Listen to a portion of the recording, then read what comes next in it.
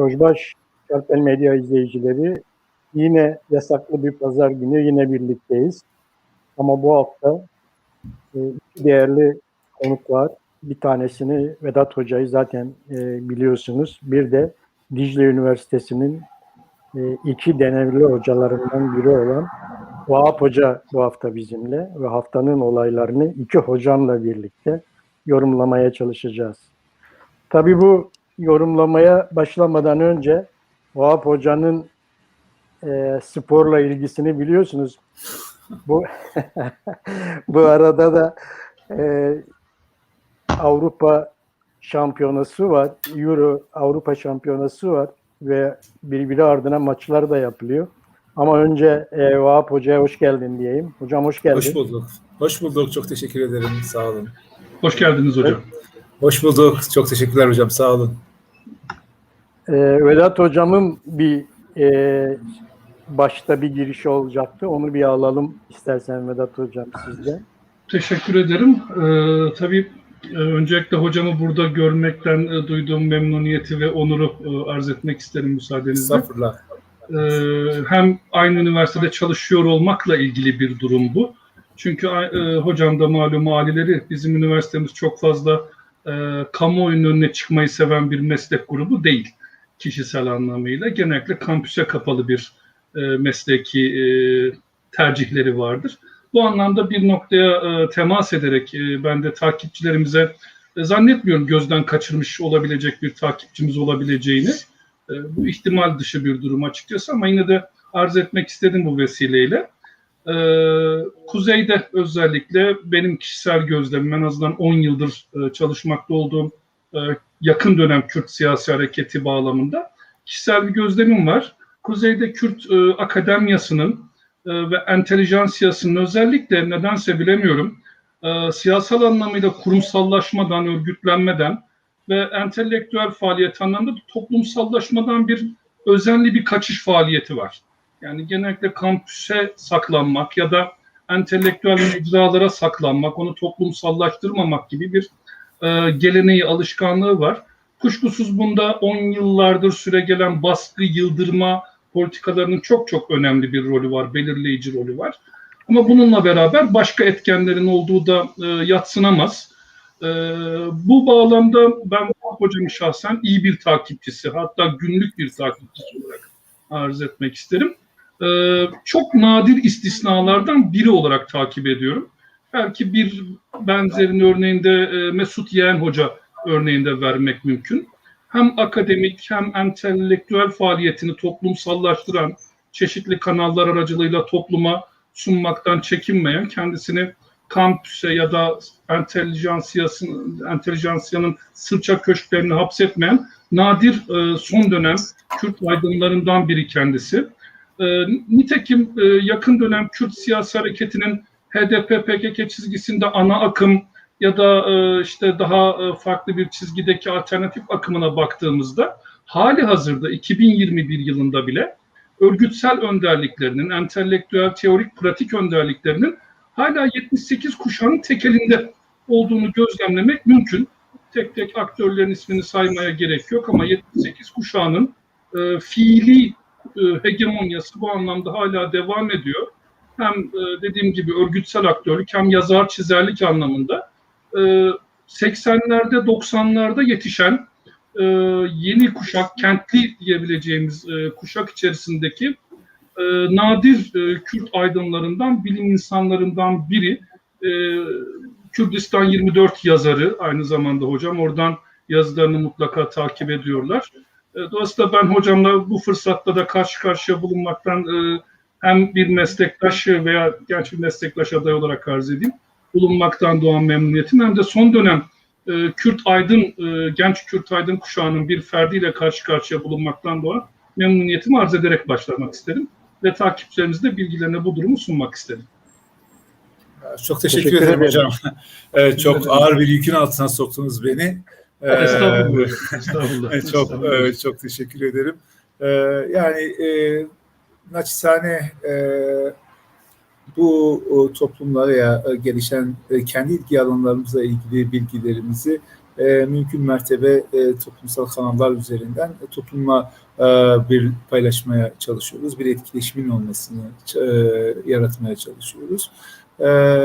Bunun önemli olduğunu düşünüyorum. Yani belirli mekanlar içerisinde kalmanın bu bilgilerin topluma aksettirilmesi yönünde olumsuz bir rol olacağı kanaatini taşıyorum. Önemli olan şey bilgi üretmek ve bu bilgiyi çeşitli kanallarla topluma sunmak, bir tartışılmasını sağlamak. Hiçbirimiz kendi bilgilerimizin mutlak doğru olduğu iddiasında değiliz. Her birimiz toplumu farklı şekillerde görüp farklı şekillerde yorumluyoruz. Önemli olan bunların demokratik bir müzakere ortamını oluşturması, buna katkı sunmasıdır.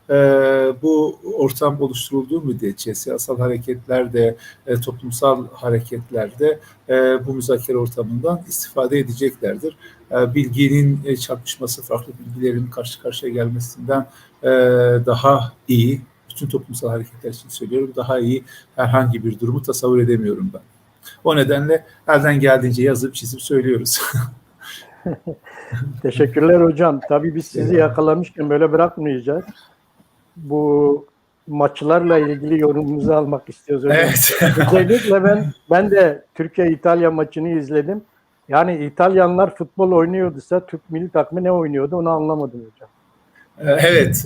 Ya biz bunu muhtemelen Mehdi Çılgın ve Ali Fikri abiyle çok ayrıntılı bir şekilde görüşürüz. Bir de beni futbol konuşmaya başlatırsanız programın geri kalanında da sadece futbol konuşur gibi bir tablo ortaya çıkabilir. Ama şunu söyleyeyim, özellikle Türkiye iyi bir jenerasyon yakaladı ve bu jenerasyonun en önemli özelliği bunların Avrupa'da top oynaması. Yani bugün karşı karşıya kaldıkları rakipleriyle liglerde karşı karşıya oynuyorlar. Dolayısıyla onların futbol mentalitesini ve dirençlerini yakından biliyorlar. O nedenle daha başa baş mücadele etmeleri gerektiği düşünülebilir. Ancak İtalya maçı tabii çok büyük bir hayal kırıklığı oldu. Türkiye'nin önemli bir problemi var. Siyasette de sporda da önemli bir problemi var. Beklentilerini ayarlayamayan bir toplum Türkiye. Yani beklentilerini ya çok yüksekte tutuyor veya herhangi bir mağlubiyet aldığında da çok aşağıya çekiyor. Böyle bir durum. Burada da çok beklenti eşiği çok yükseltildi. Yani bu takımın daha şimdiden final oynayacak bir takım olduğu ifade edildi. İşte nihayetinde 4-5 maç oynayacağız ama sanki bir savaşa girecekmiş gibi bir hava yaratıldı. Bütün reklamlara baktığınızda inanılmaz derecede bir militer dili burada görüyorsunuz. Bunun ben takımı da baskı altına aldığını düşünüyorum ve normalde oyuncuların oynayabilecekleri oyunun çok daha azını sahaya yansıttıklarını gördük. Evet, İtalya Türkiye'den iyi bir takım ama Türkiye'de bu kadar kötü bir takım değildi. Fakat gerek mental gerekse fiziki olarak iyi hazırlanmadığı için bir tablo ortaya çıktı. Avrupa Şampiyonası'na ilişkin olarak şunu söyleyeyim. İki takımın ne yapacağı çok merak ediliyor. Tüm futbol otoritelerinin bunları merak ediyor. Bir tanesi İtalya, bir tanesi de Belçika. Yani bu iki takımın bir nevi favori olarak geldiği bir Dünya Kupası'ndan bahsediyoruz. Belçika zaten şu anda dünya futbolunda bir numaralı sırada yer alıyor. Onlar da altın kuşaklarını yakaladıklarını düşünüyorlar. Zaten dün ilk Rusya ile oynadıkları maçı çok rahat bir şekilde 3-0 kazandılar. İtalya ise son 40 maçında yenilmeyen bir takım ve aynı zamanda kendi futbol mantalitesini değiştiren bir takım. İtalya dediğinizde sadece savunma oynayan bir takımken şimdi tamamıyla atağa çıkan Mancini ile birlikte tamamıyla kendi kimliğini değiştiren bir takım. Bu arada küçük bir parantez, bizim Türkiye'de futbol bilmediğini düşündüğümüz adamlar Avrupa'da futbol devrimi yapıyorlar. Mesela Löw Türkiye'ye geldi, biz Löw futbolu bilmiyor diye kovduk Fenerbahçe'den. Sonra Almanya'da inanılmaz bir dönüşüm yarattı Löw. Mancini Galatasaray'a geldi, Mancini futbolu bilmiyor diye kovduk. Ondan sonra Mancini de İtalya'da yepyeni bir futbol devrimi yarattı. Yanılmıyorsam Galatasaray'ın eski hocalarından bir tanesiydi. Şunu söylüyordu. Türkiye'deki en önemli problem yetkisi olanların bilgisinin olmaması, bilgisi olanların da yetkisinin olmaması. Böyle bir tablo, böyle bir sonuç ortaya çıkarttı. Valla biz futbol dilencileriyiz. Nerede güzel bir maç varsa orada elimizi açar, o maçı seyrederiz. O neden Avrupa Şampiyonası bir şölen. Bu şöleni sonuna kadar devam ettireceğiz. Hem Türkiye'nin hem de ben özellikle İtalya ve Belçika'nın ne yapacağını sonuna kadar takip edeceğiz. Ve bu konuyu şimdi bu programı sabote etmemek açısından burada sonlandırayım. Onu ben Mehdi ve Ali abilerle konuşurum. Bir de Anladım. hocam izleme imkanınız oldu mu bilemiyorum. Bu şarkıcı Kıraç'ın bir marşı oldu. Evet, Sosyal korkunç. medyada gördünüz mü? Korkunç. Evet, Yani evet. ben şahsen futbolcu olup öyle bir marşın muhatabı olsam maça çıkamazdım herhalde psikolojik gerilim yüzünden. Ya savaşa gönderilen bir asker haleti ruhiyesiyle çok korkunç bir toplumsal algı bu hakikaten. İnanılmaz. Ya maçta da öyle oldu. Yani işte maçın ikinci yarısında her futbolcunun başına gelebilecek bir şey oldu. Bir sert top Merih'in çarpıp kendi kalesine gol attı. Gol oldu. Sonra işte inanılmaz bir hamaset. O spikerlerin o dakikadan sonra konuşmalarına baktığınızda yani bir futbol maçından ziyade inanılmaz bir hamasi siyasal nutuk dinliyorsunuz. İşte sen vatanın son askerisin vesaire gibisinden. Yani nihayetinde top oynuyoruz burada yani. O kadar abartmaya gerek yok diyeceğiniz bir ortamdaysınız. Evet, böyle bir şey yaratılıyor, böyle bir ortam yaratılıyor. Hocam bu Ama yeni de... Evet, buyurun hocam. Evet, estağfurullah. Ya bu hani aslında bu futbolun işte özellikle ulus devletlerde kimlik yaratma sürecinde sadece futbolun değil sporun kimlik yaratma sürecinde son derece etkili bir mekanizma olduğunu biliyoruz. Yani ulus devlet kendi kimliğini yaratırken birçok şeyden istifade eder. Eğitim gibi, dil gibi, zorunlu askerlik gibi, din gibi. Spor da bunlardan bir tanesi ve en önemlilerinden bir tanesi. Dolayısıyla bir spor müsabakasında karşı karşıya gelen 11 kişiden ziyade hani iki ulusun karşı karşıya gelmesi gibi bir tablonun yaratılması alışık olmadığımız bir tablo değil. Ama yani el insaf 2021'e geldik, biraz daha dikkatli bir dil kullansak herhalde kimseye zararı dokunmaz. Bununla Bir de ilgili ben özür dilerim. Bir de şöyle bir etkisini, özür dilerim Nurul abi. Şöyle bir şey de hatırlıyorum. Çocukluk ve ilk gençlik yıllarında, özellikle özalizm yıllarında hocamın da malum halisidir. Özellikle ekonomik kriz dönemlerinde bu zam yapılacağı zaman zamlar biriktirilip milli maç gecelerinde açıklanırdı. Bir maçı hatırlıyorum. Yanlış hatırlamıyorsam, tabii üzerinden 30 küsur yıl geçti. Ama yanlış hatırlamıyorsam Avusturya maçı olabilir. Bir kaleci, karşı takımın kalecisi topu yakaladığında Türk milli takımı şut çektiğinde yorumcunun şu lafını hiç unutmuyorum. Çocuktum, şöyle demişti. Kaleci Türk düşmanı demişti. Yani işini yaptığı için, golü kurtardığı için Türk düşmanlığıyla nitelendirilmişti. Hakikaten çok baskın bir milliyetçi gelenek var Türk futbol söyleminde. Hakikaten çok baskın. Bir de hani özellikle son 5 yıldır Türkiye'de uygulanan işte milli ve yerli siyasetinin, her alanda uygulanan milli ve yerli siyasetinin bütün dile çok ciddi bir şekilde etkisi olduğu gibi bu sporda kullanılan dile de aynı şekilde etkisi oluyor. Ama tabii hani bu dilin kendi kendisini yaralayan, bumerang taşıyan bir özelliği var. Yani bu kadar abartılı bir dil kullandığınızda sonra çıkıp 3-0 yenildiğinizde ne oluyor? Yani ne açık, nasıl bu tabloyu açıklayacaksınız gibi bir durum geliyor. Maalesef hani bazen toplumların ergin olmama hallerinin yansıdığı alanlar var. Futbolda bu bizim erginleşmemeye, bir türlü bu ergin hale gelmemeyi en net gözlemleyebildiğimiz alanlardan bir tanesini oluşturuyor. hocam sadece futbol değil, ben de bir anekdot anlatayım. İngiltere'de yaşayan bir arkadaşım dönmüştü Türkiye'ye. Oğlunu da getirmişti. Burada bir liseye kaydetmişti. Hem de İzmir'de bir liseye kaydetmişti. Oğlan pazartesi günü okula gidiyor. Okula giderken okulun karşısında bir kafeterya var. Orada oturuyor, bekliyor okulun açılmasını. Bir bakıyor, bayrak çekiliyor, marş söyleniyor. Hemen babasını arıyor. Baba savaş çıktı herhalde diyor. Savaş çıktı herhalde diyor. Burada diyor bayrak çekiyorlar, marş söylüyorlar diyor. Yani bunları Evet. her gün, her hafta biz bunları izliyoruz. Bu hali. Ve şeyden sonra mesela özellikle işte 90'lı yıllardan sonra bütün maçlardan önce milli marşın aynı şey mecburiyet haline getirildi. Evet, bu da özellikle o dönemde yükselen Kürt karşıtlığı siyasetinin bir sonucuydu. Ama şöyle bir durum var. Türkiye'de özellikle böyle konularda bir adım attığınızda zaman içerisinde bu adamın yanlış olduğunu düşünseniz bile kimse geri adım atamıyor. O zaman sizin işte vatanseverliğiniz sorgulanır hale geliyor veya işte efendime söyleyeyim bayrak veya millet düşmanlığınız şeklinde yaftalanıyorsunuz gibi. Oysa yani nihayetinde bir amatör maçın, bir lig maçının öncesinde Milli Marş'ın okunmasının yani her şeyi bir bırakın bizdeki kanunlara aykırı bir durum yani öyle bir tablo var ama bir şekilde fiili olarak uygulanmaya başladıktan sonra bunu geri çevirmek çok zor oluyor. Bir de şöyle bir etkisi de var bence. Psikolojik bir tahribat da üretiyor. Şöyle ki ne maç olduğunu hatırlamıyorum ama milli maçtı. Yakın zamanda birkaç hafta önce Hürriyet'in manşetinde şöyle bir yazıyı hatırlıyorum. Bozguna uğrattık diye. Böyle bir yazı vardı. Tam bir manşet yapmışlardı hem internet sitesinde hem gazetede. Şimdi bu durumda ne açıklanacak? Evet, yani şöyle bir manşet atmak lazım. Bozguna uğradık. Aslında şimdi böyle bir ikilem de yaratıyor. Geldiğinizde bozguna uğratılıyorsanız şimdi bozguna kaçırıyorsunuz yani. Tabii. Şeyi kaçırıyorsunuz. Topuzun kaçırıyorsunuz. Şöyle oluyor. Sonra işte sadece milliyetçi bir dil kullanmıyorsunuz. Aynı zamanda son derece cinsiyetçi bir dil kullanmaya başlıyorsunuz. Zaten futbol kültüründe eril dilin çok belirgin bir hakimiyeti var.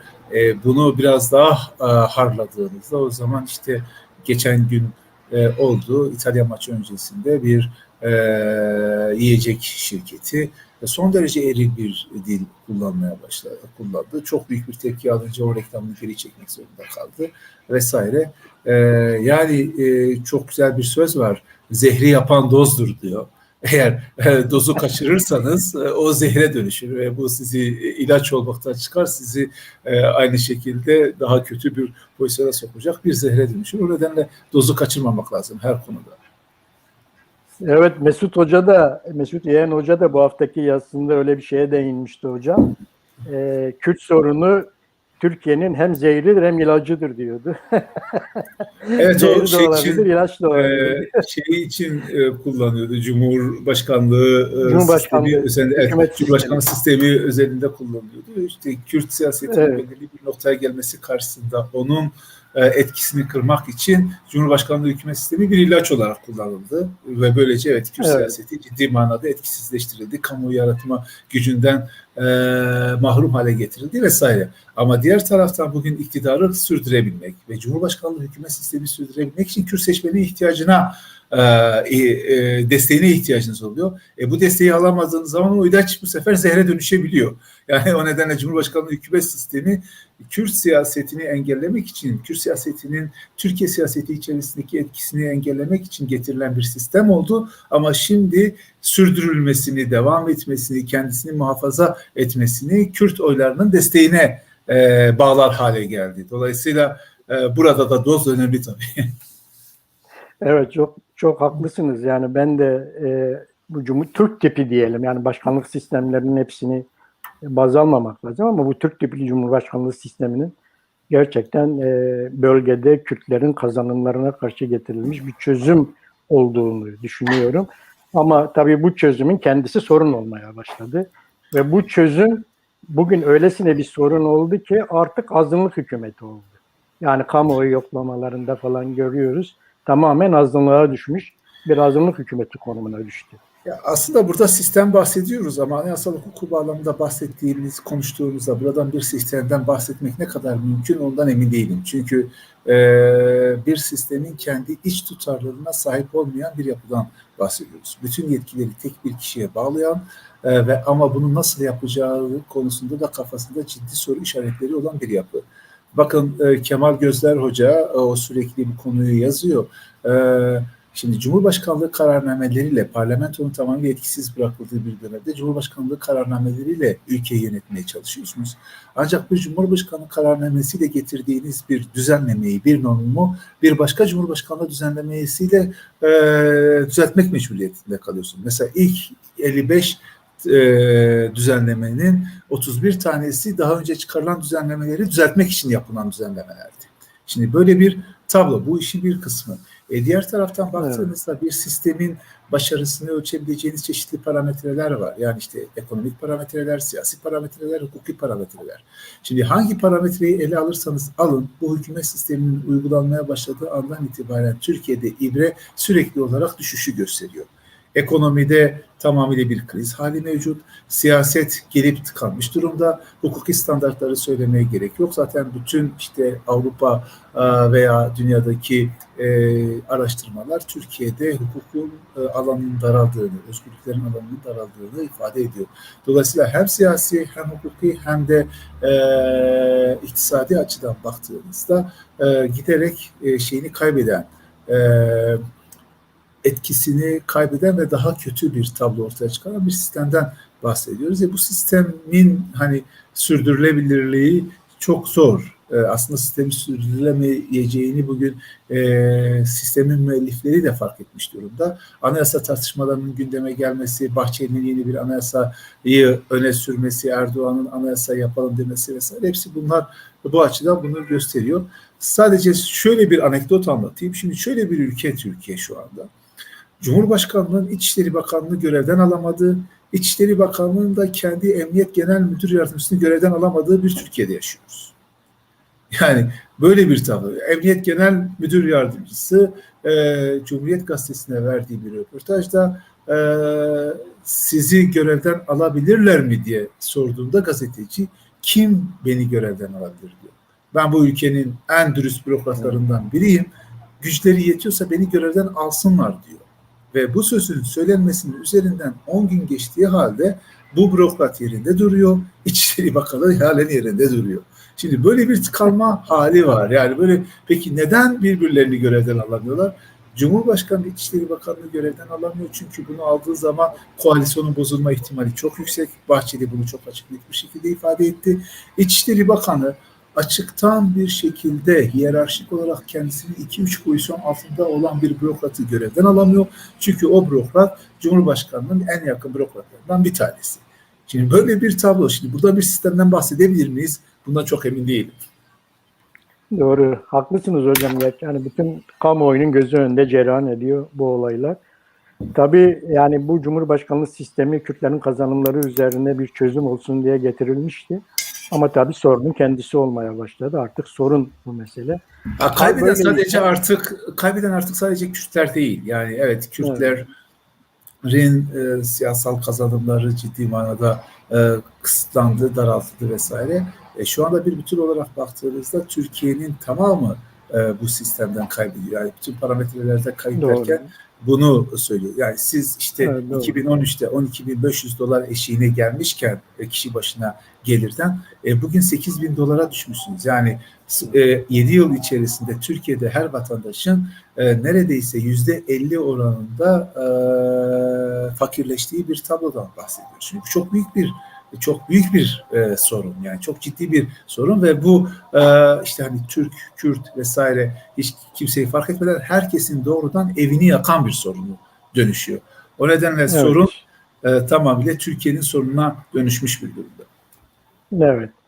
Haklısınız hocam. İşte tam böyle bu bölgesel konjektürel durum Kürtlerin lehine çalışırken ve Kürtler bunu güneyde Talabani Barzani ortaklığıyla bir hükümete dönüştürürken, bir araya gelerek hükümete dönüştürürken tam da bu noktada bir bırakıcı olayı daha yaşadık. Hiç de hoş olmayan, hiç de beklemediğimiz ve gerçekten artık bittiğini sandığımız işte PKK'nın son 6 tane peşmergeyi PKK'nın saldırılarında 6 tane peşmergenin yaşamını kaybetmesi gibi. Yani gerçekten hiç beklenmeyen bir olay, çok üzücü bir olay. Bunu nasıl değerlendiriyorsunuz Vahap Hocam? Ya bu maalesef yeni bir olay değil. Geçen sene de bu tür olaylar meydana gelmişti ve birkaç yerde, birkaç şehirde PKK ile peşmerge karşı karşıya gelmişti. Hatta sadece bu PKK ile peşmergenin karşı karşıya gelmesi durumu değildi. Mesela PKK aynı zamanda petrol boru hatlarına da sabotaj yapmıştı ve bir süre Kürdistan'ın petrol boru hatları çalışmamıştı. O dönem yapılan açıklamalarda, Kürdistan yönetimi tarafından yapılan açıklamalarda bunun Kürdistan'a maliyetinin günde 10 milyon dolar olduğu ifade edilmişti vesaire. Yani hem ekonomik anlamda bir sıkıntı yaratmıştı hem de tabii bu insani manada bir sıkıntı yaratmıştı. Şimdi bunun iki sebebi var benim görebildiğim kadarıyla. Bir tanesi tarihi bir sebep. Yani PKK burada bir iktidar iddiasını sürdürüyor ve bu anlamda da Kürdistan yönetimiyle karşı karşıya geliyor. Ama Kürdistan yönetimiyle karşı karşıya gelmesini direkt bu yönetimle karşı karşıya gelmek olarak kodlanmıyor. KDP ile karşı karşıya gelmek gibi kodluyor. Yani mücadelesini bir KDP ile mücadele haline sokuyor. PKK ile KDP arasındaki bir mücadele cereyan ediyormuş gibi bunu kamuoyuna sunuyor. Oysa Kürdistan'da herhangi bir tahribat, sadece KDP üzerinde bir tahribat yaratmıyor. O hükümetin içerisinde yer alan bütün siyasal partiler üzerinde tahribat yaratıyor. Dolayısıyla orada ki mücadele bir PKK-KDP mücadelesi değil. Bunu bu şekilde yorumlamamak lazım. Ama bu iktidar iddiası önemli bir problemi oluşturuyor. İkinci sebep de şu, Türkiye özellikle 2015'ten sonra PKK'ya yönelik topyekün bir mücadele konsepti içerisine girdi. Yani bu mücadele işte Türkiye sınırları içerisinde PKK'nin varlığını ve hareketliliğini mümkün olan en minimum seviyeye düşürmeye yönelik bir hareketti. Teknolojik donanımı da bu anlamda seferber etti ve bugün gelinen noktada, aradan 5 yıl geçtiğimizde bugün gelinen noktada Türkiye'nin bu amacına büyük ölçüde ulaştığını görüyoruz. Yani PKK'nin Türkiye içerisindeki hareketlilikleri, Türkiye sınırları içerisindeki hareketliliği asgariye çekilmiş durumda ve dolayısıyla çatışmalar Türkiye'nin içinde değil, daha ziyade Kürdistan toprakları üzerinde cereyan ediyor. Şimdi PKK şeyden çekildikçe, yani Türkiye'den çekilip daha Kürdistan işlerine doğru hareket ettikçe bunun da iki önemli sonucu oluyor. Bir taraftan PKK'nin çok stratejik önem atfettiği sınır boyuncaki kampları veya üslerini zaman içerisinde bırakmak zorunda kalıyor. Buraya Türkiye yerleşiyor ve Türkiye burada daha fazla kontrole sahip hale geliyor. İşte 2027'nin sonlarında Cumhurbaşkanlığı İletişim Dairesi'nin yayınladığı bir harita vardı. Bu harita aktörler tarafından yayınlanmadı da orada bir zamanlar PKK'nin çok büyük kamplarının olduğu çeşitli merkezlerde artık kontrolün Türk Silahlı Kuvvetleri'ne geçtiğini ifade ediyordu. Yine işte bu teknolojik donanım, silahlar, teknolojik donanım, SİHA'lar, İHA'lar vesaire diğer kamplarda da PKK'nin rahat hareket edebilmesini çok güçlü bir duruma geliyor. O nedenle ne yapıyor PKK? Kürdistan'ın içlerine doğru gidiyor, köylerine doğru gidiyor. Bu da Türkiye ordusunu, Türk ordusunu Kürdistan işlerine daha fazla çekiyor. Savaş daha fazla Kürt topraklarında cereyan ediyor, Kürdistan topraklarında cereyan ediyor. Bu durum elbette Kürdistan yönetimini her açıdan zora sokuyor. Yani insani açıdan zora sokuyor. Bir kere 1991'den bugüne kadar inşa edilen 500'e yakın köyün yeniden boşaltıldığı bir süreç yaşanıyor. Yani çok ciddi bir hem insani hem maddi kayıp. Diğer taraftan siyasi istikrarı bozuyor ve diğer taraftan ekonomisini tahrip ediyor. Böyle bir problem yaşanıyor. Şimdi bu durum, yani Kürdistan işlerine PKK'nin daha fazla girmesi PKK ile KYB güçlerinin daha çok da karşı karşıya gelmesi sonucunu yaratıyor ve en sonunda da bu Ameli'de yaşanan, Duhok'ta yaşanan, daha sonra Zaho'da yaşanan olaylarda da bunu bir şekilde görüyoruz. Şimdi daha önce de çeşitli vesilelerle ifade ettim. PKK'nin bu şekildeki varlığı ve bu şekildeki hareket tarzı Kürdistan yönetimi açısından önemli sorun alanlarını oluşturuyor. Ben 3 temel sorun alanı olduğunu düşünüyorum. Bir tanesi bu Kürdistan yönetiminin otoritesinin tanınmaması. Bu önemli bir problem. Kürdistan otoritesi anayasal bir otorite, hukuki bir otorite ve onun kendisinin bir nizamı, bir düzeni var. Bir anayasal otorite olarak bütün aktörlerden, o sahada fiili veya hukuki olarak yer alan bütün aktörlerden bu anayasal düzene uymasını talep ediyor. Ama PKK'nin bu nizamı tanımadığını, bu anayasal düzene saygı göstermediğini görüyoruz. Gerçi son tartışmalar üzerine Murat Karayılan katıldığı bir televizyon programında biz Kürdistan yönetimine saygılıyız, anayasal yönetimine tanıyoruz gibi ifadeler kullandı. Ama bu tanıma sözel düzeyde kendisini gösterecek bir tanıma değil, sahada fiili olarak kendisini gösterecek bir tanıma. Birincisi bu. İkincisi bazı şimdi hareketli bir bölge, çok ciddi sorunların yaşandığı bir bölge. Bu bölgedeki sorunların tamamı Kürdistan yönetimi şu veya bu şekilde az veya çok etkiliyor. Şimdi Kürdistan yönetimini alakadar eden konularda, onun hayati önem atfettiği konularda PKK'nin Kürdistan yönetimine karşı konumlanan bazı aktörlerle bir şekilde işbirliği veya dirsek teması yaptığını görüyoruz. Bunun en bariz örneği Şengal hadisesi. Yani Şengal'de işte orada bir anlaşma yapıldı ve bu anlaşmaya göre Irak merkezi hükümetiyle Kürdistan bölgesi yönetimi orada bir yeniden düzeni tesis edecekti. Ama PKK'ye bağlı gruplar mesela orada özellik ilan ettiler. Kürdistan bölgesel yönetiminin burada otorite tesisini kabul etmeyeceklerini belirttiler vesaire. Dolayısıyla bu da önemli bir problem oluşturuyor Kürdistan yönetimi açısından ve üçüncüsü de bu Türkiye ile PKK arasındaki savaşın Kürdistan topraklarında cereyan etmesi.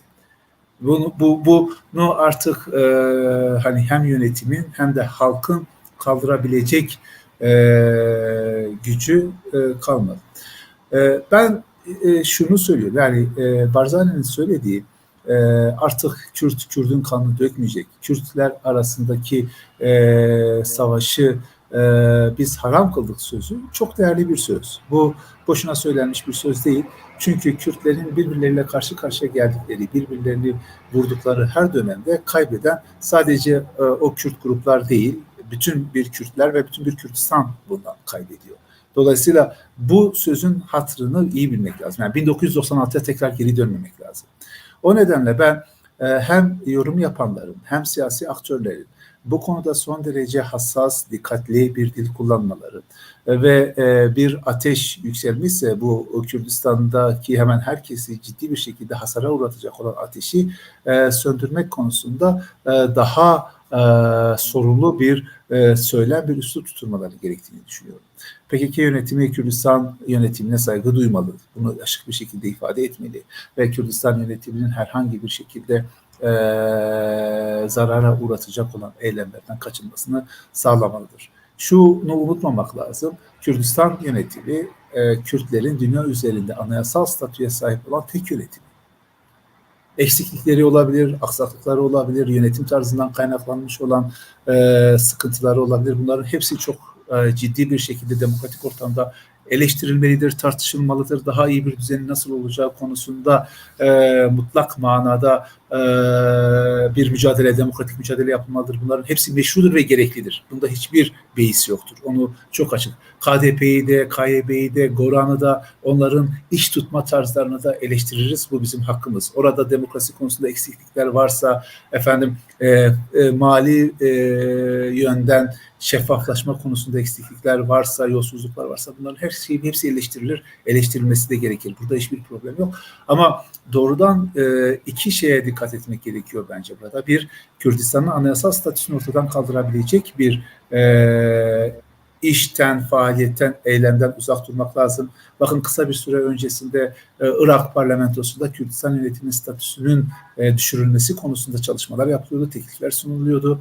Bu tür Kürdistan'ın gücünü düşürecek olan eğilimler bu faaliyetleri artırır. Ona dikkat etmek lazım. Dolayısıyla bu anayasal statüyü ortadan kaldıracak veya zaafa uğratacak olan faaliyetlerden uzak durmak lazım. Ve ikincisi, Kürtler arasında bir kavgaya sebebiyet verecek dilden, tutumdan, hareketten kesinlikle kaçınmak gerekiyor. Teşekkür ederim hocam bu yorumunuz için. Vedat hocam, biliyorsunuz bu konjonktürel durum özellikle 21. yüzyılın şu ilk çeyreğinde bölgesel konjonktür durum tamamen Kürtlerin lehine doğru gelişiyor. En çok kazananı da Kürtler oldu. Bunu daha önce sizinle görüşmüştük diğer programlarımızda. Bu konjonktürün kazananını Kürtlerken ve Kürtlerin kazanımlarını özellikle güney bazında ele aldığımızda Güney'in kazanımı Kürtlerin bir paradigması haline geldi. O paradigmaya baktığımızda işte Kürtlerin statü için birlikte mücadele etmeleri gerektiğini anlıyoruz. İki çıkarlarını sömürgecilerin çıkarlarıyla değil, bölgesel güçlerdeki desteğini, dostlarının çıkarlarıyla birleştirmesi gerektiğini görüyoruz. Bu üç paradigma, yani güçleri birleştirmek, statü talep etmek ve çıkarlarını dostlarının çıkarlarıyla çakıştırmak, bölgesel çıkarlarını çakıştırmak Kürtlerin güneydeki başarısının nedeni bir yerde de bence 21. yüzyılın ilk çeyreğinin ortaya koyduğu bir Kürt paradigması olarak değerlendirmek gerekiyor. Tam da bunlar yaşanırken bölgede ve iki tane bölge devletinin sınır ötesi ne çıkarak Kürtlerin kazanımlarını yok etmeye çalışırken böyle bir saldırıya ne demek lazım hocam? Nasıl değerlendiriyorsunuz? Vahap Hoca'nın da söylediklerini baz alarak. Zaten hocam gerekli çerçeveyi çizdi. Üzerine söylenebilecek çok şey yok. Ben farklı bir noktadan müsaadenizle bakmak isterim. Umumiyette gözlemlediğim kadarıyla özellikle PKK'nın bu son saldırısı itibarıyla saldırıları ya da iki saldırısı ve iki de peşmergeyi kaçırmasında unutmayalım, onu da ekleyelim. İki peşmergeyi de kaçırdı ve alıkoydu PKK. Genellikle PKK üzerinden bu tartışma yürütülüyor. Kuzeydeki Kürt hem entelijansiyası tarafından hem de tabandaki tartışmalar ve PKK'ya yönelik yoğun bir eleştirel durum söz konusu. Müsaade ederseniz ben farklı bir paradigmadan, Kürdistan yönetim paradigmasından tarafından, penceresinden bakmak istiyorum. Bence durum, yani PKK'nın ortaya koyduğu durum aslında Kürdistan yönetiminin bir sorunsalını net biçimde ortaya koyuyor. O da şu, az önce hocam söyledi, PKK'nın en üst düzeyde bu konuda bir açıklaması oldu. Tabanda da bu tür, PKK tabanından bahsediyorum, bu tür iddialar var. İşte aslında Türkiye uçaklarının vurduğu konusunda vesaire, ama gözden kaçan iki açıklama vardı. Çok çok önemli olduğunu düşünüyorum. Kürdistan yönetimi açısından, PKK açısından değil. PKK şöyle bir açıklama yaptı birincisi. Peşmergeler bizim bölgemize girdi dedi. Bu çok önemliydi. Bu çok gözden kaçtı kuzeydeki Kürt kamuoyu tarafından. Hocamın alanına girip hadsizlik etmek istemem. Ama şöyle bir durum var. Teritoryal bir egemenlik alanı açıklamış oldu PKK. Yani belli bir bölgenin kendi askeri, siyasi vesaire, vergi toplama da dahil olmak üzere, askere alma dahil olmak üzere teritoryal bir egemenlik alanı açıklamış oldu. Yani Kürdistan hükümetine alternatif bir coğrafi bölgede egemenlik açıklamış oldu. Dolayısıyla bu birincisi Kürdistan'ın kendi bölgesindeki devletleşme iddiasıyla çelişen bir durum. Yani belli bir alanda Kürdistan hükümetine egemenliğine kapatıldığı gibi bir izlenim var ki bu bana şahsen 1991'de küresel koalisyonun Bağdat yönetimine 36. paralelin kuzeyini yasaklaması durumunu hatırlattı. Yani Kürdistan'ın egemenlik alanından, meşru egemenlik alanından koparılmış bir bölge. Bir kere bunu ortaya koymak gerekiyor. Kürdistan'ın malumunuz uzun bir dönemden beri resmen 1990'ların başından fiilense 1800'lerin sonuna kadar, 19. yüzyılın sonuna kadar gidecek süreçte bir köklü bir devletleşme iddiası var. Yani şu an kurumsallaşma aşaması yaşanıyor. Mali kurumlarıyla, işte bizim mesleğimizde üniversite kurumlarıyla, peşmerge ordulaşmasıyla vesaire programlardır bunu konuşuyoruz. Dolayısıyla bu 100 yılı aşan, bir asrı aşan bir devletleşme iddiası. Bu noktada PKK'nın teritoryal bir alansal egemenlik iddiası, peşmerge ordusunun giremeyeceğini iddia ettiği bir alan hakimiyeti bir kere bu devletleşme iddiasıyla birinci noktada çelişiyor. Birincisi bu. Bu çok önemli. Bu açıklama gözden kaçmamalıydı. Bir ikincisi de biz siyaset bilimi derslerinde devlet bahsini anlatırken ilk sözünü ettiğimiz kural coğrafya ve halktan sonra meşru şiddet tekelidir. Bir devletin varlık temellerinden birisi kendi egemenlik alanında kamusal şiddet ya da şiddet meşruiyetinin tekelini elinde bulundurmasıdır. Şimdi burada Kürdistan hükümeti bir yol ayrımında bulunuyor. Şöyle ki, Orta Doğu'daki tipik devletlere baktığımızda işte İran'la Hizbullah arasındaki ilişki, Afganistan'da Taliban'la aradaki ilişki, Lübnan'da Lübnan Hizbullah'ı ile aradaki ilişki, Filistin'de Hamas, El Fetih arasındaki ilişki vesaireye baktığımızda şiddet tekelinin söz konusu olmadığını, örgütlü silah kullanma ya da ordulaşmaya varan surette silah kullanma etkisinin parçalanmış ve örgütlere dağıtılmış olduğunu görüyoruz. Burada batılı anlamıyla bir modern devletleşme yok Orta Doğu'daki bu örneklerde. Kürdistan hükümetinin ise iddiası, özellikle Davos zirvesinde net hatırlatıyorum bütün programlarda, Batı tipi devletin Orta Doğu'daki numunesi, bir ileri karakolu olma iddiası var. Hem parlamenterizmiyle hem uluslararası ilişkileriyle vesairesiyle. Kürdistan hükümeti burada bir yol ayrımında bulunuyor. Eğer PKK ve onun gibi, yine Bağdat örnek gösterebiliriz, Irak'la Haçlı Şabi arasındaki ilişkiselliği örnek göstermek mümkün. Bu 2000'lerde malumunuz vekalet savaşları da denilen bir çalı da başlattı. Türkiye'nin işte tırnak içinde sözüm ona özgürsüz Suriye ordusuyla son Sedat Peker videolarıyla ortaya çıktı. El Nusra örgütüyle ilişkilerinde ortaya çıktığı gibi bir Orta Doğu tipi bir devlet modeli var. Ve bu devlet modeli şiddet tekelini, modern devlette sadece devlete ait olması gereken şiddet tekelini bölüşen, paylaşan, parçalayan bir tipik kabile devleti görünümünü ortaya çıkıyor. Eğer Kürdistan yönetimi PKK'nın şiddet tekelinin bir kısmını elinde bulundurmasını bir şekilde hoş görmede demeyelim ama göz ardı ederse modern devlet olma iddiasını kaybedecektir. En önemli sorunsal bu. Çünkü genellikle PKK kamuoyunda şunu dikkatle okuyorum. Sanki orada PKK'nın bulunmasına karşı Kürdistan hükümetinin bir refleksi varmış, bir karşıtlığı varmış gibi bir savunma halinde şu an PKK ve tabanı. Oysa ki burada bulunmadan söz etmiyoruz. Yani Kürdistani bir parti olarak adı üstünde PKK, Kürdistan İşçi Partisi olarak bulunabilir ve bulunuyordur. Bu sorun edilmiyor. Sorun edilmesi gereken şey, sorun olan şey PKK'nın şiddet kullanması, silahlı şiddet kullanması, kendisini bir ordu organizasyonu olarak telakki etmesi, bir vergi organizasyonu, vergilendirme, vergi tahsili organizasyonu, bir askere alma kurumu olarak kendini telakki etmesi. Sonuç itibariyle şuraya bağlayacağım. İki büyük nokta var. Kürdistan hükümeti bir yol ayrımında, Batı tipi modern bir devlet midir? Bir devletleşme süreci içinde midir? Bunu ortaya koymuş olacak PKK ile ilişkisi. Bir ikincisi PKK'nın şiddet kullanma meşruiyetinin tekelini bölüşmeye kalkışmasına karşı hocamın başta söylediği Sayın Başkan Barzani'nin yıllar öncesinden getirdiği o geleneksel Kürdün namlusu Kürde dönmeyecek ilkeselliği Mam Celal'le beraber ya da getirdikleri diyebilirim. Şu an bir tıkanmaya uğramış durumda. Yani dolayısıyla Kürdistan hükümeti bu konuda bir tercih yapmak zorunda. Kürdistan İşçi Partisi bir Kürdistan partisi midir? Bu anlamda Kürdistan'daki parlamenter sisteme katılacak bir siyasal meşru parti midir?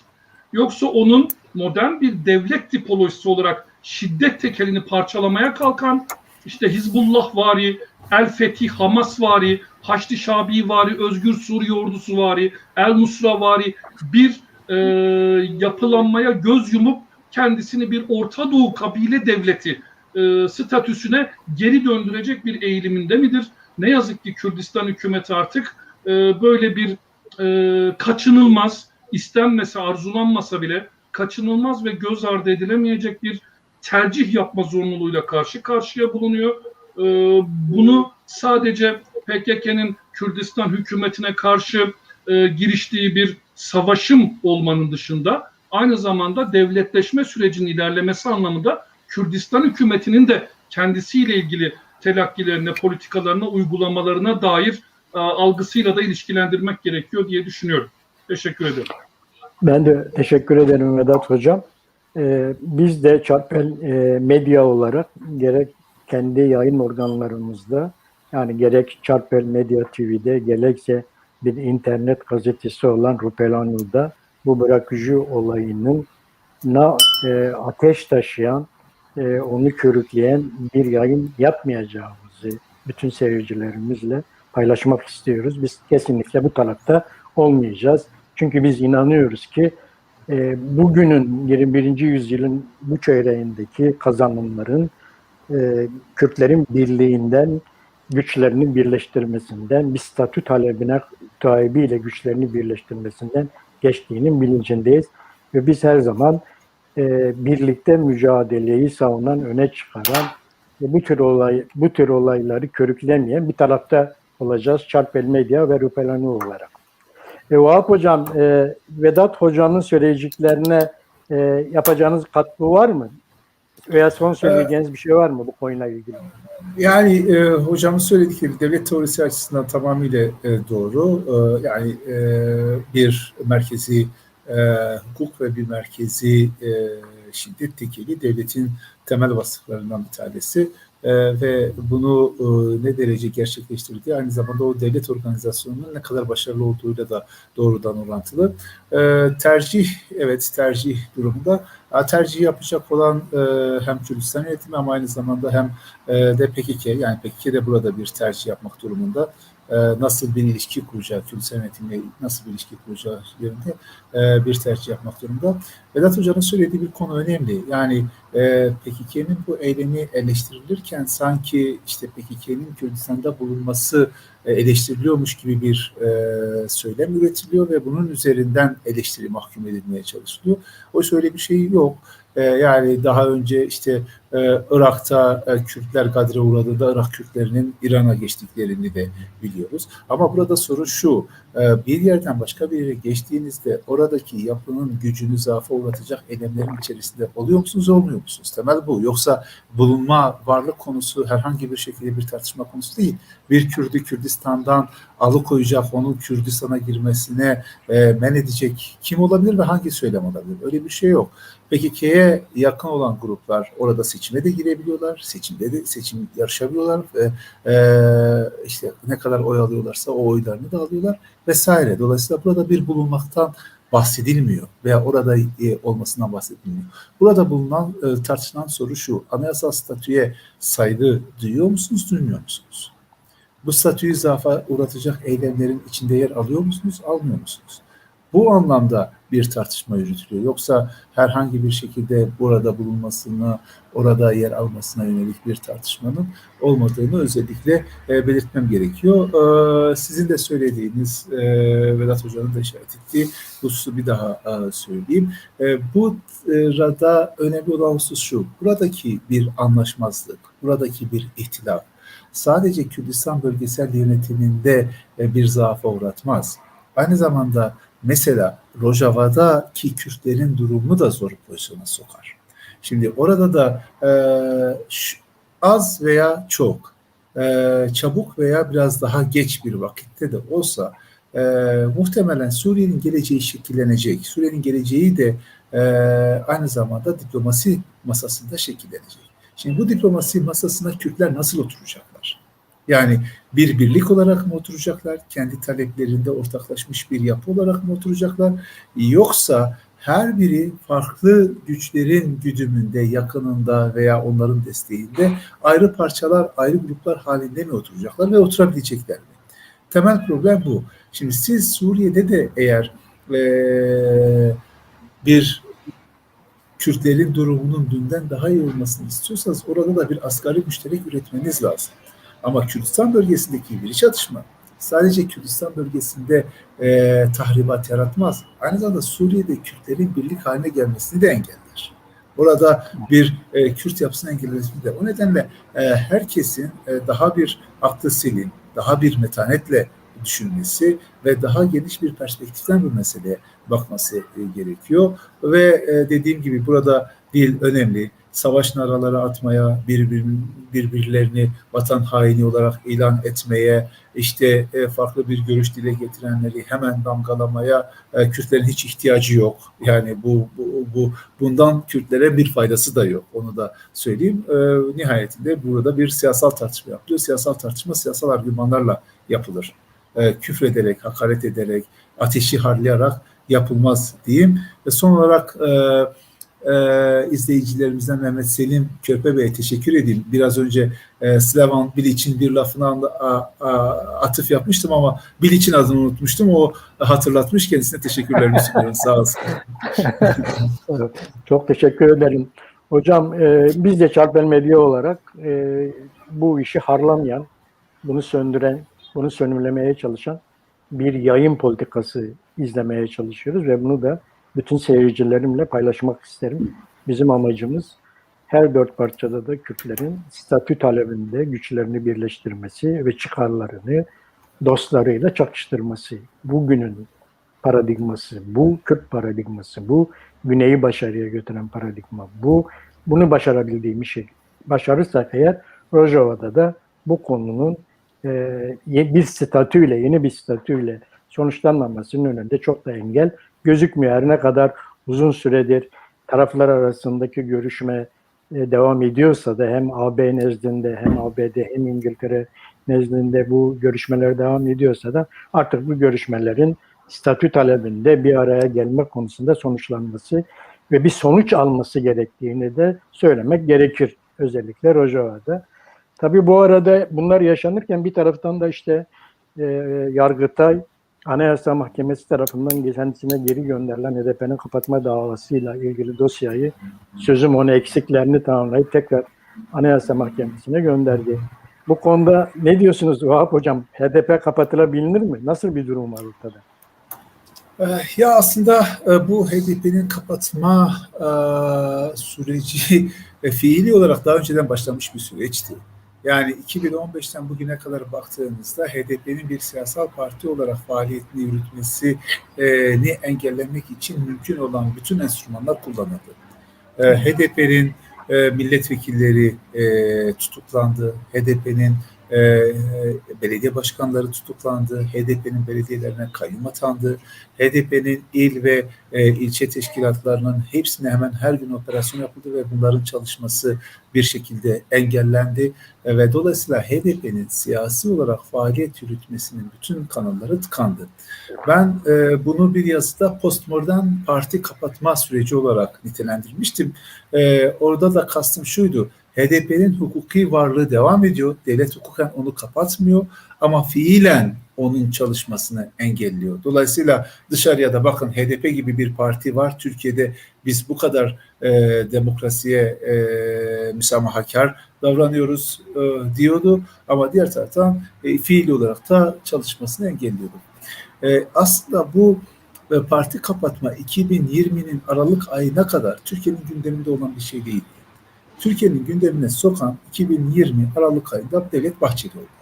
Bahçeli Aralık ayından sonra yaptığı hemen her meclis grup toplantısında, salı günleri gerçekleşen meclis grup toplantısında HDP'nin mutlak manada kapatılması gerektiğini ifade etti ve bunu neredeyse koalisyonun bir mecburiyet şartı haline getirdi.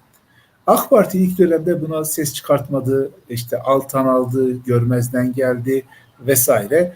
Ama bir noktadan sonra artık muhtemelen bu taşınmaz bir hale gelince Yargıtay Cumhuriyet Savcısı harekete geçti ve ilk iddianameyi gönderdi. İlk iddianamenin gönderilmesi tarihi son derece enteresan. MHP kongresinden bir gün önce. Yani neredeyse Yargıtay tarafından MHP'ye sunulan bir ikrammış gibi, Yargıtay tarafından MHP kongresine sunulan bir hediyeymiş gibi lanse edilen bir iddianameydi. Ama iddianame o kadar kötü hazırlanmış bir iddianameydi ki Anayasa Mahkemesi hani tırnak içerisinde neredeyse Yargıtay Cumhuriyet Başsavcısını döver gibi bir rapor hazırladı. Amiyane bir tabirle kardeşim böyle bir şey olabilir mi? Böyle bir metin yazılabilir mi dedi. Yani ölü kişiler hakkında siyaset yasağı isteme, olmayan olaylar hakkında bağlantı kurma, olaylar ile kişiler arasında herhangi bir illiyet bağının kurulmaması gibi, hani hukuk fakültesinin ceza hukuku derslerinde öğrencilere ilk öğretilen temel ilkelerden yoksun bir iddianame hazırlanmıştı. Anayasa Mahkemesi ve mahkemenin raportörü olabilecek en müeddep dille böyle bir iddianame olmaz demeye getirdiler ve gönderdiler. O iddianamenin çok çala kalem hazırlandığı, belirli bir tarihe yetiştirmek için ciddi bir çaba sarf edildiğinin başlı başına bir delilini teşkil ediyordu. İddianame geri gönderildi, kabul edilebilecek gibi değildi ve oy birliğiyle reddedildi zaten Anayasa Mahkemesi'nde. Geri gönderildi. Şimdi tekrar hazırlandı, tekrar gönderildi. Tarih yine manidar, tırnak içerisinde 7 Haziran günü bu tarih gönderiliyor. 7 Haziran 2015'e atıf yapıyor. AK Parti'nin tek parti iktidarını kaybettiği döneme itiraf yapıyor. Her ne kadar bunun tesadüf olduğunu söylüyorlarsa da Türkiye'de siyaseti, hukuk tarihini hasbelkader çalışmış birisi olarak bu kadar tesadüfün Türkiye için bile fazla olduğunu söylemem gerekiyor. Yani bu tarihler, bu tercihler son derece anlamlı. Şimdi bu iddianamenin henüz içeriğine vakıf değiliz. Çünkü 15 günlük bir süreç var. İddianame gönderiliyor. Raportör tekrar bir rapor hazırlıyor ve mahkeme 15 gün içerisinde bu iddianameyi kabul edip etmediğini bildiriyor. İddianame kabul edildikten sonra muhtemelen kamuoyuyla da paylaşılacak ve daha iddianamenin içeriği hakkında bilgiye sahip olacağız. Ama Yargıtay Cumhuriyet Başsavcısı bu konuda gelen bir soruyu yanıtlarken şunu söyledi. 451 kişi hakkında siyasi yasak istiyorlar. Evet. Evet. 400. Bu artık hani bir parti kapatmanın ötesinde bir siyasal hareketi, yani 1990'da HEP'ten başlayan ve bugün de HDP'de temsil edilen bir siyasal hareketin tamamıyla tasfiye edilmesi, siyasal alanda siyasal aktörlerin tamamıyla tasfiye edilmesini öngören bir hareket olduğunu bize gösteriyor.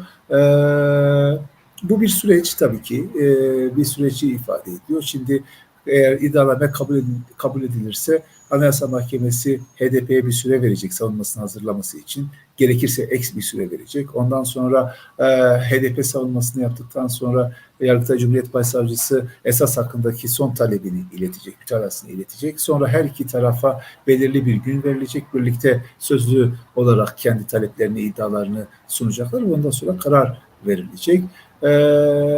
Her ne açıdan bakarsanız bakın, önümüzde bir süreç var. Biraz uzunca bir süreç. Bu arada bir hususu daha hatırlatmak isterim. Bugün Anayasa Mahkemesi'nin önünde zaten görülmekte olan 4 siyasi parti kapatma davası daha var.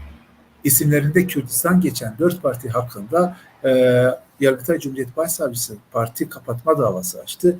Şimdi ve bunlar hakkındaki dava 2,5 yıldır Anayasa Mahkemesi'nin önünde bekliyor. Şimdi Anayasa Mahkemesi neden bekliyor? Bence siyasal ortamdan bekliyor. Çok milliyetçi bir ortam var ve Anayasa Mahkemesi bu ortamda karar vermek istemiyor. Çünkü bu 4 partinin, bazı partilerin özel olarak dosyalarına da baktım, onlara çalıştım o konularda. Şimdi bu 4 partinin kapatılabilmesinin imkan ve ihtimali yok. Çünkü 4 parti çok açık ve net bir şekilde şiddet karşıtı bir tavır sergiliyorlar. Şiddetin Kürt meselesinde çözümsüzlük yarattığını, devletin baskısını daha fazla arttırdığını, o nedenle mutlak manada demokratik mücadele verilmesi gerektiğini ifade ediyorlar.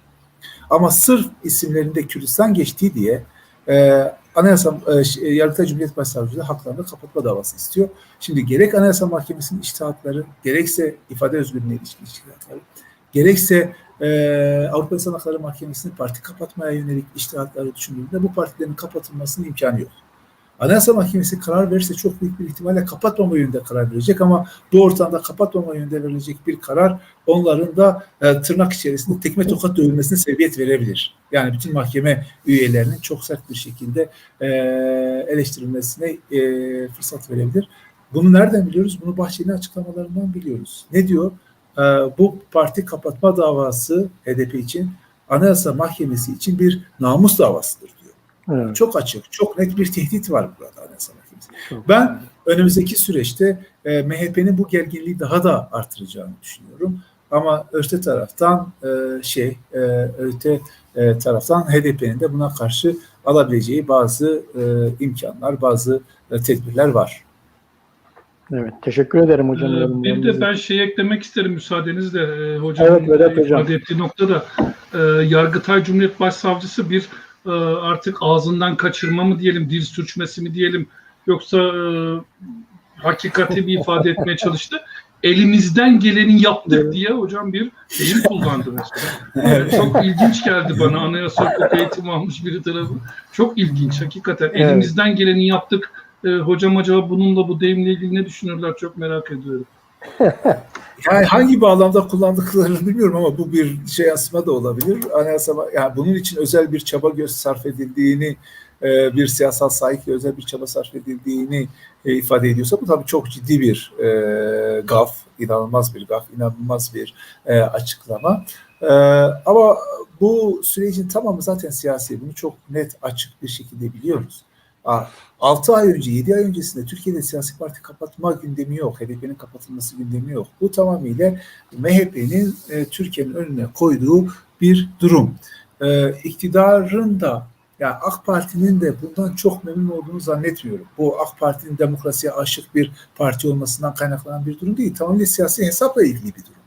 Yani HDP'nin kapatılması AK Parti'ye zerre kadar faydası olmaz. HDP'nin kapatılması zaten HDP tabanında ve bir HDP oy vermesi de daha önceki dönemlerde AK Parti oy vermiş Kürtler tabanında AK Parti'ye yönelik olan eleştirileri daha da artıracak olan bir husus. HDP'deki AK Parti ve Erdoğan karşıtlığını keskinleştirir. AK Parti'ye oy vermiş olan Kürtlerin ise AK Parti ile olan mesafesini daha fazla açmasına sebebiyet verir. Dolayısıyla AK Parti asla böyle bir gündemi şu anda konuşmayı istemez. Ama dediğim gibi iktidarın sürdürülmesi mecburiyeti bu konuyu gündeme getirdi. Bunu ne yaptı AK Parti? O zaman topu yargıya attı. Meseleyi yargı çözsün dedi. Ne olabilir bundan sonra? Bundan sonra şu olabilir. Mesela HDP yargılamanın bir aşamasında eğer mutlak kapatılacağına dair bir kanaate sahip olursa, yani Anayasa Mahkemesi beni kapatacak artık bu konuda eminim diye bir düşünceye sahip olursa HDP şunu yapabilir. Kongresini toplar ve kendisini fesheder. Kendisini feshettiği andan itibaren bu partiyi kapatma davası da düşmüş olur. Dolayısıyla ne siyasetçilere yasak getirilmiş olur ne de başka bir tedbire başvurulmuş olur. Sadece HDP almış olduğu hazine yardımını alamaz bir duruma gelir. O nedenle aslında Türkiye'de şu anda fiili olarak parti kapatmanın imkanı yok yani. Bir noktadan sonra siz kendinizi feshettiğinizde dava ölmüş oluyor ve o nedenle siz hayatın niyetinizi başka bir partinin altında devam ediyor olabilirsiniz. Tabii HDP hukukçuları da bunu biliyorlardır, bunu düşünüyorlardır.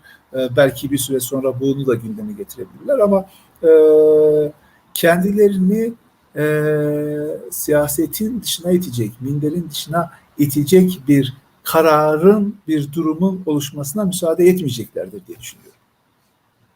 Doğrudur Vahap Hocam ama burada böyle bir sorun da var. Dikkatinizi çekmek isterim. Diyelim ki HDP kongresini topladı, kendisini feshetti. Yeniden bir kuruluş şeyine girdi ama yeni partilerin kurulmasının önünde de engel var biliyorsunuz. İçişleri Bakanlığı müracaatları kabul etmiyor. Yasal olmayan, hukuki olmayan bir şekilde müracaatları kabul etmiyor. Buna çözüm yok. Ne dersiniz hocam? Yani şu anda kurulmuş olan partiler var. Yani HDP'ye yakın, HDP'nin bölge için siyaset yapan partileri var. Şunu söylüyorum, onun yolu bir şekilde aşılır. Yani o sorun bir şekilde aşılır. Önemli olan şey bu siyaset yasağını ağına takılmamaktır. Ondan sonra hukuk içerisinde bir formül bulunur. Zaten var olan bir partinin çatısı altında girilebilir vesaire. Yani seçime katılma yeterliliğini yerine getirmiş bir başka partiyle bu işler yapılabilir. Çok sayıda mesela Kürt Partisi var. Onlardan bir tanesiyle anlaşılır. Onlarla birlikte seçime girilebilir vesaire. Dolayısıyla bunun hukuken aşamanın birçok yolu var. Önemli olan husus bu siyaset yasağına takılmamaktır. Onu da muhtemelen kendileri değerlendireceklerdir. Bir husus daha söyleyeyim. Bana göre yine parti kapatmak çok kolay değil. HDP'nin kapatılması çok kolay değil. Neden çok kolay değil? Çünkü anayasaya göre bir partinin kapatılabilmesi için Anayasa Mahkemesi'nin üyelerinin 3'te 2'sinin oyu lazım. Yani evet. 15 üyeden 10 üyenin oyu lazım.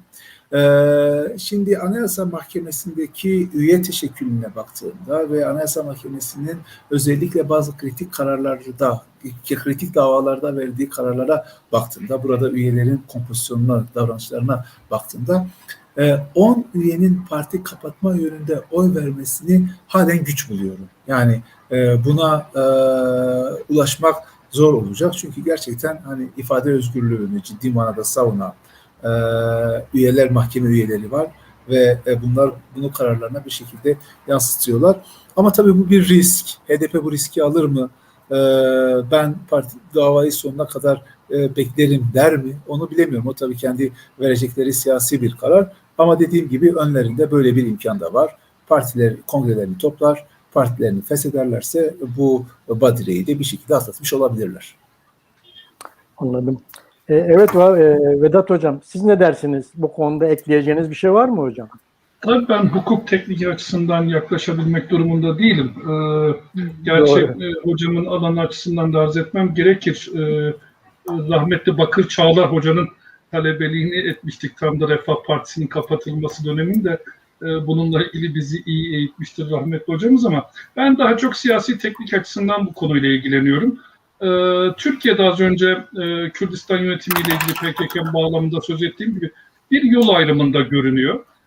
Hocamın sözünü ettiği husus kuşkusuz liberal demokrat değerlere dayalı evrensel hukuk devlet ilkeleri durumunda söz konusu olan şeyler. Ben de bu noktada Türkiye Cumhuriyeti'nin kuruluşundan beri gelen varoluşsal temelleri üzerinde HDP'nin kapatılma ihtimalini çok yüksek görenlerden biri değilim. Ama ve lakin olur da kapatılma kararı çıkarsa bunun da işte Osmanlı modernleşmesinden bu yana hatta Cumhuriyet'in öncesine götürebilirim. Osmanlı modernleşmesi sürecinde başta İngiltere olmak üzere Avrupa'yla irtibatlanan bir medeniyet politikasının geriye dönüşü, bu bağlamda küreselleşmenin, tek kutuplu küreselleşmenin çöküşü ve iki kutuplu Asya kutbuyla Amerika, Avrupa kutbu arasında totaliter, despotik, Asyatik rejimler içerisinde yer alma anlamında bir ilan olacağını düşünüyorum. Ve bunun ciddi anlamda büyük bir tehlike olarak addediyorum. Şu bakımdan ki evet Cumhurbaşkanlığı hükümet sisteminin bir dayatması var. Tabiatı gereği bir dayatması var. O %50+1 meselesiyle ilgili olarak Cumhurbaşkanlığı hükümet sistemi malumunuz iki bloklu bir legal siyasal alana izin veriyor. Geçmişte aşırı ya da radikal diye tanımlanan akımların o ana akımlar içerisinde merc edilmesi gerektiğini dayatıyor. İşte sosyalistlerin sosyal demokrat blok içerisinde temsil olunmasını, aşırı dinci diyebileceğimiz ya da ırkçı diyebileceğimiz yapılarında büyük sağ blok içerisinde yer alması gerektiğine dair bir ikili yapılaşma dayatıyor burada. Bu Cumhurbaşkanı hükümet sisteminin tabiatında var. Bence HDP'yi de oraya itmekle ilgili bir eğilim bu. Yani adını koymak gerekirse belki Cumhuriyet Halk Partisi merkezli bir muhalefet blokunun içerisine itip orada bir tür törpüleme, yani işte Refah Partisi'ne yapılan, Refah Partisi'nin içerisinden ne diyelim liberalize olmuş AK Parti'nin 2000'li yılların başında çıkarılması pratiğinde olduğu gibi HDP'nin özellikle Kürt kimliğiyle ilişkilerinin tırpanlanarak bir tür işte Demirtaş yönetiminin getirmeye çalıştığı yerle Türkiye liberal solunda yer alan bir Türkiye Partisi olarak konumlanma dayatmasıyla ilgili olduğunu düşünüyorum bunu. Dolayısıyla burada aslında HDP'ye bir kapatma değil, HDP'ye Türkiye siyaseti içerisinde ve sol blok ya da muhalif blok içerisinde bir yer ayarlandığına dair bir uygulama olarak düşünüyorum. Bununla beraber yani bu tabii liberal demokrat evrensel hukuk devleti ilkeleri açısından böyle. Ama ben şahsen kişisel olarak benim bakış açım, kişisel paradigmam Türk devlet geleneğiyle ilgili. Bunu bütün yayınlarımızda, çalışmalarımızda arz ediyorum hep. Katı merkeziyetçi, despotik, kutsal devlet, işte Asyatik kökenlere götürürsek Kut meselesine kadar götürebileceğimiz tarihsel bir anlamda, antropolojik bir köken anlamında merkeziyetçi, ırkçı bir despotik devlet rejimiyle ilgili olarak krize girdiği her dönemde, ekonomik krize girdiği, politik krize girdiği her dönemde parçalanmış Türkiye siyasal yapısını bir araya getirip itaat, meşruiyet zeminini genişleten bir tutkal işleviyle Kürdofobiden söz etmek mümkün.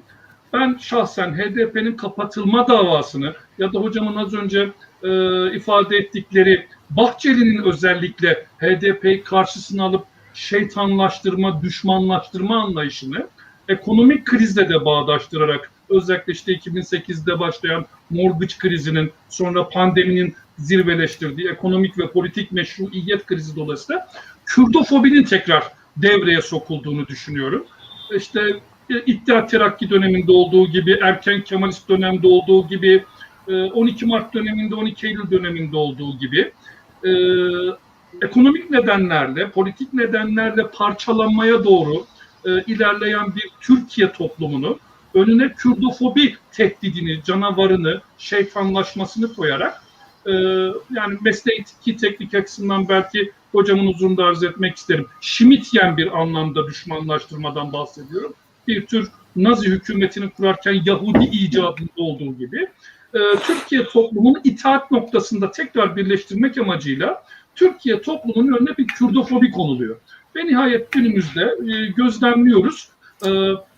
Vatan Partisi adı altındaki neofaşist örgütlenme, kendisini 80 öncesinde hatta 12 Mart öncesindeki sosyalist kökene götürmeyi iddia etmekle beraber işte Doğu Perinçek'in liderliğindeki neofaşist örgütlenmeyle bugün İslamcı tarikatları, yani 28 Şubat sürecinde ben üniversitede öğrenciydim, net hatırlıyorum. Birbirleriyle düşman kamplarda olan güçleri bir araya getirip aynı kampta müttefik haline getiren temel faktör Kürdofobi, Kürt düşmanlığı. Dolayısıyla bence burada temel etken bu. Devlet aklı ya da eski deyimiyle hikmet-i hükümet içinde bulunduğu ekonomik ve politik krizi sürdürülebilir kılma, geçiştirilebilir kılma programatiği içerisinde Kürdofobiyi işlevselleştirdi. Türkiye toplumunun önüne koydu. Tırnak içinde vatan tehlikede kuramı diyoruz buna siyaset biliminde, hocamın malum halleri. Vatan tehlikede diye bir şeyi toplumun önüne sunarak bu rıza üretimini genişletmeye çalışıyor. Ama burada şöyle bir sorun var.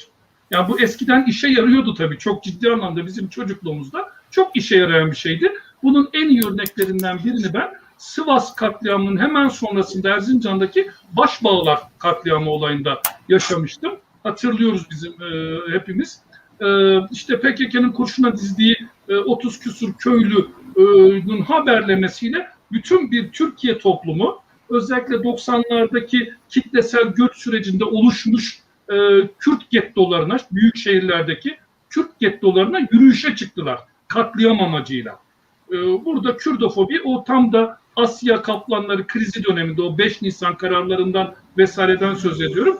O arada işlevselleştirilmiş oldu itaat üretimi anlamında ve o parçalanmış laik, anti-laik, şeriatçı falan diye aynı 80 öncesinde sağ-sol kamplaşmasında olduğu gibi bölünmüş bir toplum tekrar Kürdofobi canavarının tehdidiyle bir araya getirilmiş ve o kriz aşamasında 94 kriz aşamasında itaat tekrar sağlanmış olmuştu. Aynı şey burada şu anda söz konusu. Ağır bir ekonomik kriz var. Krizin sürdürülebilir olması gerekiyor. Devletin elinde çok işlevsel bir aparat var. Devlet aklının elinde. Bu aparat AK Parti'nin bizatihi kendisi. Günlük olarak dönüşümde yani dün çok radikal bir söylem geliştirdiğinde yarın tam tersini söyleyebilen bir kişisel etik pozisyonu çok işlevsel bu anlamda devlet aklı açısından ve toplumun önüne de bu konulmuş oluyor. Ama burada şöyle bir sorun var. 12 Eylül döneminde Kürdofobi işe yaramış olabilir. 90'larda işe yaramış olabilir. Çünkü Türkiye'nin içerisindeki Kürtlerin de yüzünü dönebileceği başka bir organizasyon yoktu. İşte amiyane tabirle deyim yerindeyse teşbihte hata olmasın. Aşağı tükürseniz sakal, yukarı tükürseniz bıyık durumu. Aşağı tükürseniz Saddam, yana tükürseniz Hafız Esad, yukarı tükürseniz işte neo-Kemalist yapı, öte tarafta işte Hümeyni rejimi, yapacak hiçbir şey yoktu. O hocamın ifade ettiği Halkın Emek Partisi'nden bu yana gelen parlamenterleşme, legalleşme, siyasileşme süreci biraz bu durumun zorunlu sebebiydi. Ama bugünlerde bir Kürdistan var. Bu önemli bir etken. Yani bütün bölgedeki Kürtlerin yüzünü en azından tırnak içinde duygusal anlamda dönebileceği bir Kürdistan var. Bu noktada Peşmerge kuvvetlerinin Kobani'ye geçişte, Nusaybin'de ve Cizre'de karşılanmalarını önemli hatırlatmak istiyorum. Altını çize çize hatırlatmak istiyorum. Törensel bir, toplumsal bir etkinlikle, hareketle karşılanmıştı bu kuvvetler. Dolayısıyla artık geçmişteki Kürdofobiye nazaran farklı bir durum var. Bu defa Kürdofobi işe yaramayabilir. Bir ikinci nokta da geçmişte Kürdofobinin kriz çözücü ya da krizi sürdürülebilir kılıcı bir işlev olarak kullanıldığı zamanlarda kuzeydeki Kürt toplumu hala daha köylü kırsal bir toplumdu. Yani henüz köyler yeni yakılıyordu. O Doğan Güreş'in deyimiyle balığı tutmak için denizin boşaltılması stratejisi yeni uygulanıyordu. Ama bugün 2021'deyiz. Kürt toplumunun, kuzeydeki Kürt toplumunun %80'inden fazlası artık kentli bir topluluk. Orta sınıflaşmış, okumuş, eğitim almış bir topluluk. İşte hocamın şahsında olduğu gibi, Mesut Yeğen hocamın şahsında olduğu gibi ve nicelerinin şahsında olduğu gibi artık kırsal, tırnak içinde o insan hakları mahkemesine konu olan o affedersiniz dışkı yedirme davasındaki Kürt toplumu yok. Artık öyle bir Kürt toplumu yok. Bir üsteğmenin dipçik darbesiyle yeri düşürebileceği bir toplum yok. Bakın Ankara'da devletin başkentinde, İstanbul'u hiç katmıyorum, başkentinde o ya da bu bloktan belediye başkanı seçemeyecek durumda. Yani Kürt oyları söz konusu olmadığında İstanbul'da, Ankara'da belediye başkanı seçmenin kitlendiği bir durumda artık Türkiye siyaseti, demografik olarak, politik olarak. Dolayısıyla eski günlerdeki, eski yıllardaki Kürdofobinin işe yaraması artık çok fazla söz konusu değil ve olmayacaktır. Sistemin temel krizi de tam olarak burada. Ne yapacağını bilemiyor. Bir yandan Kürtleri sistemin dışına itmesi ve Cumhurbaşkanı hükümet sisteminde iktidarın dışındaki blokta konumlandırması ve temsil etmesi gerekiyor. Ama tabii Kürtlerin bir toplumsal hafızası da var CHP ile ilgili, Kemalizmle ilgili. Böyle bir teknik sorun var. Kolay bir işlem değil Kürtleri CHP'ye eklemlendirmek ya da muhalif bloka eklemlendirmek. Kaldı ki ikinci grubu, parçası İYİ Parti. Net olarak MHP geleneğinden gelen bir yapı. Dolayısıyla Kürt oylarını, Kürtleri buraya eklemlendirmek çok kolay bir iş değil. Yani toplamda şunu söylemek istiyorum. Türkiye siyaseti 90'lardaki kırsalı boşaltma politikasının yan etkilerini yaşıyor bugün. Artık o eski Kürtler söz konusu değil. Bitirirken şunu arz etmek isterim. Bakın benim çalışmalarım konusunda arz ediyorum. PKK liderliğinin, Kandil'deki liderliğinin en önemli handikaplarından biri neredeyse yarım asırdır kuzeydeki toplumsal değişmeyi gözlemleme imkanından yoksun olmasıdır. Evet. Bakın en iyi örneği Sur Nusaybin Cizre olaylarıydı. Kentli toplumu serhildana kaldırmaya kalktılar. Orta sınıflaşmış, kapitalistleşmiş, yerel bölgesel kapitalizme eklemlenmiş, küreselleşmeye eklemlenmiş bir toplumu, işte Diyarbakır iyi bir örneğidir, özel okullarıyla, İngilizce kurslarıyla vesairesiyle eklemlenmiş bir neoliberal toplumu serhildana kaldırmaya kalktılar. Klasik Maoist bakış açısıyla. Ve ne oldu? Bakın Demirtaş'ın tutuklanma gününü hatırlayalım, belediye başkanının alındığı günü hatırlayalım. Bu çağrılar trajik sonlarla karşılaştı. Kentsel eylem çağrılarında 100-200 kişiyi, gençleri aşan bir kitle yaratılamadı. Dolayısıyla dünyanın küreselleşme sürecine değiştiği gibi kuzeydeki Kürt toplumu da değişti. Hem devlet hakları açısından hem PKK hakları açısından kuzeydeki Kürt toplumu 60'larda, 70'lerde 12 Mart dönemindeki kırsal Kürt toplumu değil. Ne devlet bu Kürt toplumu yönetebilme kapasitesi sahip, eski klasik mantıkla tabii ulus devlet mantığıyla, ne PKK buna sahip. Bunun en iyi örneklerinden birini az önce yaşadık. Ekranda okudunuz mu hocam ve siz okudunuz mu bilemiyorum. Çünkü çok sık geçiyor. Bakın bunu özellikle vurgulayarak sözlerimi bitiriyorum. Her programda, her toplumsal etkinlikte aynı şeyi görüyorum ve bilmekle beraber anlamakta zorlanıyorum. Bakın yazılan ifade Türkiye ve Barzani. Erdoğan ve Barzani denilmiyor. Türkiye ve Barzani deniliyor. PKK taraftarı olduğunu anladığımız yorumcular Kürdistan diyebilme imkanından yoksunlar. Bu çok trajik bir durumdur. Bu 1970'lerdeki bakışı yansıtıyor. Oradaki devletleşme sürecine hala bir ailenin merkezinde olduğu bir feodal, geleneksel bir yapılaşma olarak yaklaşıldığını gösteriyor. Türkiye bir devlet olarak kodlanıyor. Erdoğan denilmiyor, AK Parti denilmiyor. Devlet olarak kodlanıyor ama Kürdistan bir devlet olarak kodlanmıyor. Karizmatik bir liderlik öznesi olarak Barzani, Mesut Barzani şahsında kodlanıyor. Bu hala 60'lardaki Kemalist zihniyeti gösteriyor. En temel sorunlardan birisi bence burada. Dolayısıyla hali hazırda HDP-PKK çizgisiyle devlet hakları arasında sıkışmış modern, kentleşmiş, tırnak içinde burjuvalaşmış, küreselleşmeye eklemlenmiş bir Kürt toplumu var. HDP'nin bence kapatılma sürecini tam da bu toplumsal değişme bağlamında da ekonomik faktörleriyle, sosyolojik faktörleriyle okumak gerekiyor. Parti ve kurum olarak HDP kapatılabilir ama Türkiye'lileşmiş bir Kürt toplumunu nereye koyacaksınız? Oyunu kime verdireceksiniz? Siyasal davranışını nasıl yönlendireceksiniz? Bu 1960'lardaki kadar kolay cevap verilebilecek bir soru değil. Net. Belki de onu deniyorlar Vedat Hocam. Yani Kürt halkının oy verme davranışını biraz değiştirmek istiyorlar. İşte artık işte eskiden bize ne diyorlardı? Gelin AKP'nin içinde, CHP'nin içinde, Adalet Partisi'nin içerisinde, CHP'nin içerisinde, MHP'nin içerisinde gelin siyaset yapın diyorlardı. Ama bugün bu şeyler değişti artık. Kürtler kendi adına siyaset yapmak istiyorlar ve kendi adına oy kullanmak istiyorlar. O konuda arz etmek isterim. Bakın özür dilerim abi. Bir makbul Kürt inşası politikası üretildi ve sürdürüldü yıllardır. Açılım onun üzerine kurduruldu. Muhafazakar kimlikli, Türkiye'li kimlikli, Kürt kimliğini folklorikleştirmiş, politikleştirmeyen, folklorik bir Kürt kimliğine sahip bir makbul Kürt tipolojisi üretilmeye çalışıldı ama tutmadı.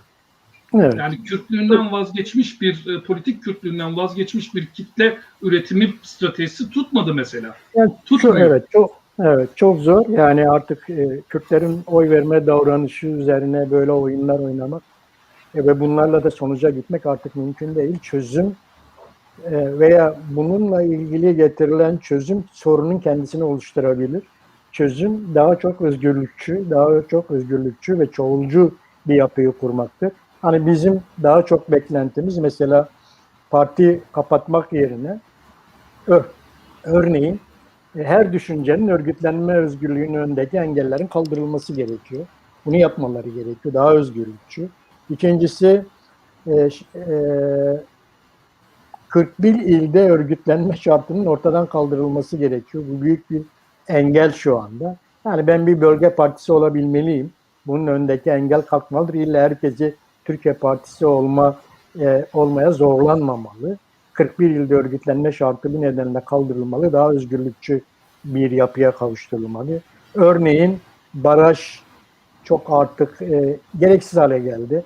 Barajın mutlaka kaldırılması gerektiği. Artı siyasi partilerin genel merkezleri neden Ankara'da olma zorunluluğu var? Bunun ortadan kaldırılması gerekiyor. Bunun gibi veya işte siyasi partilerin büyük kongrelerini Ankara'da yapma zorunluluğunun da kaldırılması gerekiyor. Bunların yanında bir de Avrupa yerel yönetimler özelliği şartına Türkiye'nin koyduğu çekincelerin ortadan kaldırılması ve daha özgürlükçü bir ortamın getirilmesi gerekiyor. Çözüm burada yatıyor. Çözüm yasaklar, çözüm değil. Zaten bakın işte Cumhurbaşkanlığı sistemi bile çözüm olarak Kürtlerin kazanımlarının karşısında bir çözüm olarak getirildi. Ve şu anda da sorunun kendisi oldu. Sorunun bir parçası haline geldi. Ve mafyayla devlet ilişkileri birbirine girdi. Şu anda bütün Türkiye kilitlenmiş. Sedat Peker ne zaman video yayınlayacak bunu bekliyor. Bu mafya siyaset ilişkileri konusunda Vahap Hocam ne dersiniz? Ne oluyor bu Türkiye? Ya aslında bu da yeni bir mesele değil. Maalesef Türkiye'den konuları konuştuğumuzda sürekli bir dejavu halini yaşıyoruz. Yani biz bu konuları daha önce konuşmuştuk. Bu meseleleri daha önce tartışmıştık. Bu hikayeleri daha önce dinlemiştik hali yaşıyoruz. Bu da öyle. Yani Türkiye'de siyaset ile mafya arasında, organize suç örgütleri arasında bir bağlantının olduğu öteden beri bilinen bir husus. Bu çeşitli zamanlarda yüzeye çıkar. Bu derin ilişkiler çeşitli zamanlarda yüzeye çıkar. En önemli yüzeye çıktığı durumlardan bir tanesi de hatırlayacaksınız Susurluk'tu. O dönemde de bu konular çok ciddi bir şekilde tartışılmıştı. Hatta bugünkünden farklı olarak yargı devreye girmiş, o aktörleri yargılamış. Mehmet Ağar örneğin yargılanıp ceza almıştı ve hatta yürütme devreye girmiş. Bu konuda Kurtuluş Savaş'a çok önemli bir tutukluluk raporu hazırlatılmıştı. O rapor Türkiye'de devletin nasıl işlediğini çok açık ve net bir şekilde önümüze koyuyordu.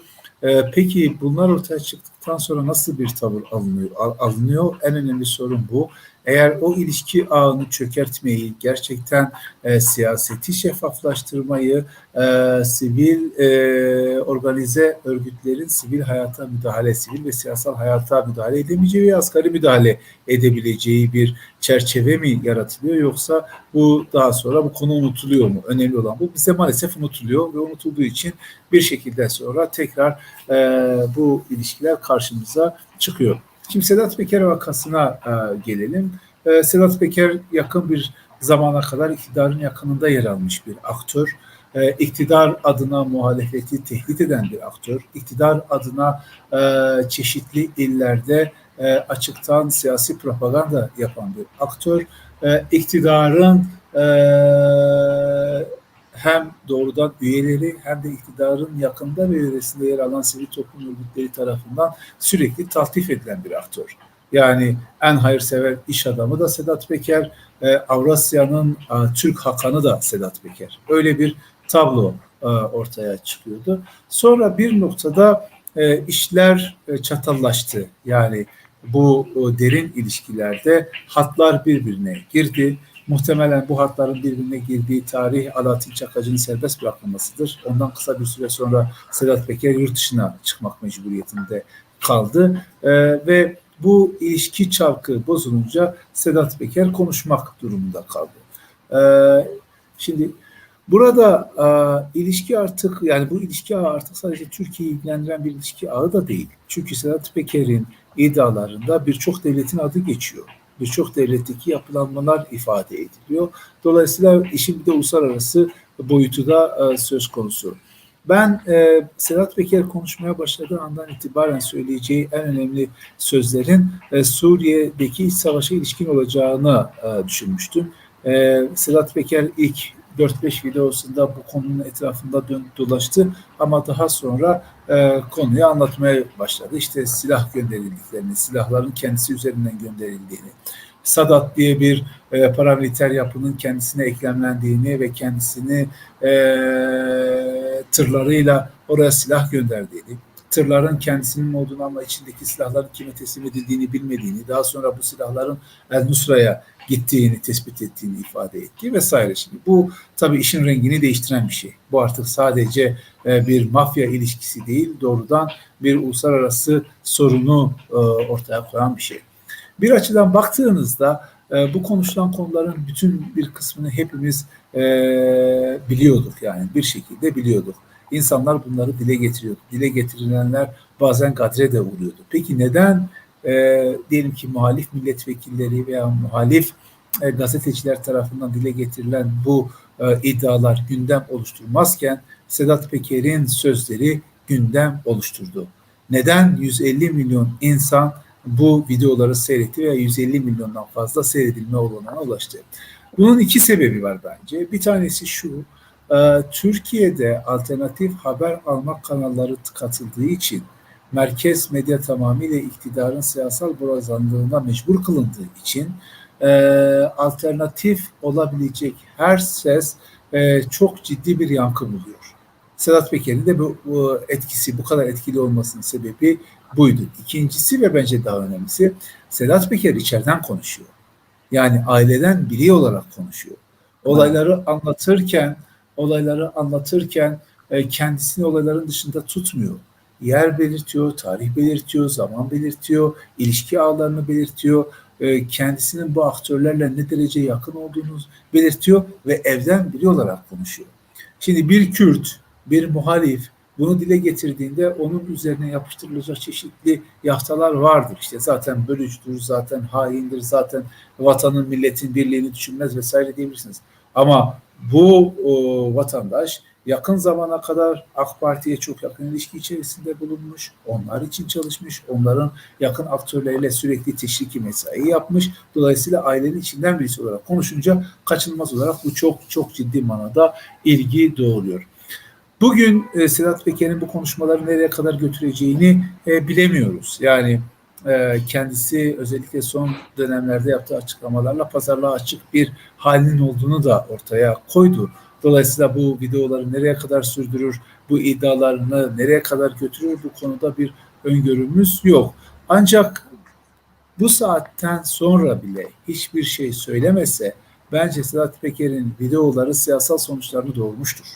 Yani önemli siyasal sonuçlarını doğurmuştur. Bir kere artık Süleyman Soylu'nun Türkiye siyasetinde başa oynayabilecek bir aktör olma şansı kalmamıştır. 6 ay öncesinde siz Erdoğan'dan sonra AK Parti'nin başına kim gelir diye düşündüğünüzde iki isim aklınıza gelirdi. Berat Albayrak ve Süleyman Soylu. Her iki isim de bir şekilde tasfiye edildiler. Bu Süleyman Soylu'nun bugünden yarına hemen siyasetten çekileceği anlamına gelmez. Ama Süleyman Soylu'nun artık Türkiye siyasetinde iddialı olma şansı bana göre bitmiştir. Böyle bir ihtimali kalmamıştır. Arkasında bu kadar ciddi iddialar olan ve bir mafya babasının ağza alınmayacak hakaretlerle kendisine seslendiği birinin Türkiye siyasetinde yer alma şansı söz konusu değildir. 2, iktidar çok zor bir duruma düşmüştür. Bakın, herkese tırnak içerisinde posta koyan, herkese racon kesen AK Parti iktidarı Sedat Peker'in videoları karşısında suspus bir hale geldi. Hiçbirisine cevap veremiyor. Bu suskunlukla bu işi geçiştireceğini düşünüyorlarsa bunun da doğru bir strateji olmadığını yakın zamanda anlayacaklardır. Çünkü ilk videolarda hedef Mehmet Ağar'dı, susuldu. Sonra hedef Süleyman Soylu oldu, susuldu. Sonra Binali Yıldırım'a geldi, susuldu. Şimdi Erdoğan'la helalleşeceğini ifade ediyor. Yani sizin susmanız o yaklaşmakta olan tehlikenin her gün biraz daha size yakınlaşmasını ortadan kaldırmıyor. Bu iddiaların böyle bir şey var, böyle bir etkisi var. Ve üçüncüsü bence şöyle bir sorun var. Yani Türkiye'de her zaman siyaset ile mafya arasında ilişki olur. Her zaman mafya örgütleriyle derin devlet arasında ilişki olur. Derin devlet yapıları bir takım hedefler belirler. Bu hedefler için mafya örgütlerini kullanırlar. Bir süre sonra işleri bitince onları tasfiye ederler. Peki bunun üzerinde inşa edildiği zemin nedir diye sorarsanız, inşa edildiği zemin Kürt meselesi. Yani Kürt meselesi üzerinden bütün bunlar inşa ediliyor. Kürt meselesini dile getirdiğinizde derin ilişkiler hoş karşılanır bir hale geliyor. Kürt meselesiyle ilişkiler getirdiğinizde gayri meşru ilişkiler bir nevi görünmezlik perdesinin arkasına saklanabiliyor vesaire. Dolayısıyla bu hani mesele devam ettiği müddetçe bu yapılar da bir şekilde kendilerini devam ettireceklerdir. Bugün Sedat Peker'dir bunun adı. Dün başkasıydı. Bugün Sedat Peker'dir. Yarın bir başkası olacak. Yani bunun değiştirilebilme şansı yok. O nedenle bunlar bu hikaye biraz daha su kaldıracağı benzer. Peker Biden görüşmesinden sonra Erdoğan ile helalleşeceğini ifade etti. Bu helalleşmenin dozu ne olacaktır? Ne kadarını anlatacaktır? Neyi söyleyecektir? Bunların hepsi son derece önemli bir konu. Ama iktidarın bu anlamda çok ciddi manada bir şeye girdiğini, çok ciddi manada bir zorluğa girdiğini gördük. Bir hususu daha söyleyeyim. Süleyman Soylu Habertürk'te bir televizyon programına çıktı, hatırlayacaksınız. Orada Süleyman Soylu'ya şu soruldu: neden iktidar sizin arkanızda durmuyor? 2 Mayıs'ta ilk video yayınlandı ve aradan 25 gün geçti. Hiç kimse tek kelime etmedi Süleyman Soylu'ya ilişkin. Sordular, kendinizi yalnız hissediyor musunuz diye. O yalnız olmadığımı çok yakında göreceksiniz dedi. Pazartesi akşamı Süleyman Soylu konuştu. Salı günü grup toplantısında Bahçeli İçişleri Bakanlığı'na kimse tasma takıp gezdiremez. ve İçişleri Bakanımız bu kadar büyük bir tehlike altındayken hiç kimse sessiz kalamaz. Şu ifade çok önemli. Hiç kimse 3 maymunu söyleyemez. Peki bunlar kim? O hiç kimse 3 maymunu oynayamaz. Bu sözler kime yönelikti? Bu sözler doğrudan adresi Erdoğan'dı. Bir gün sonra Erdoğan çıkıp biz Süleyman Soylu'nun yanındayız ifadesini kullanmak durumunda kaldı. Şimdi dolayısıyla bu iktidar yapısı artık böyle bu şekilde devam eden bir iktidar yapısı. Hani bazen Türkiye'deki iktidarı işte tek adam şeklinde niteleyip burada sanki bütün sözler tek bir kişi tarafından veriliyor ve bütün işler onun istediği şekilde işliyor gibi bir algı yaratılıyor. Bu algı iktidarın işine yarayan bir algı ama gerçekte öyle değil. Yani gerçekte çok parçalı bir iktidar yapısından bahsediyoruz ve bu iktidar yapısında kimsenin dokunamayacağı, tarafların karşılıklı olarak dokunamayacakları alanlar var. İşte Erdoğan Soylu'ya dokunamıyor, Soylu da Erdoğan'ın emniyetteki bürokratlarına dokunamıyor. Böyle bir yapı. Evet, teşekkür ederim hocam. Vedat hocam, ne diyorsunuz bu mafya ilişkilerine? Bir siyaset bilimci olarak. Hem de 42 yaşını devirmiş biri olarak aynı zamanda işte hocamın az önce işaret ettikleri Susurluk bir sürecinde işte aydınlık için 1 dakika karanlık eylemlerine katılabilmiş kuşak itibariyle yani hayat hikayesi itibariyle katılmış bir kişi olarak.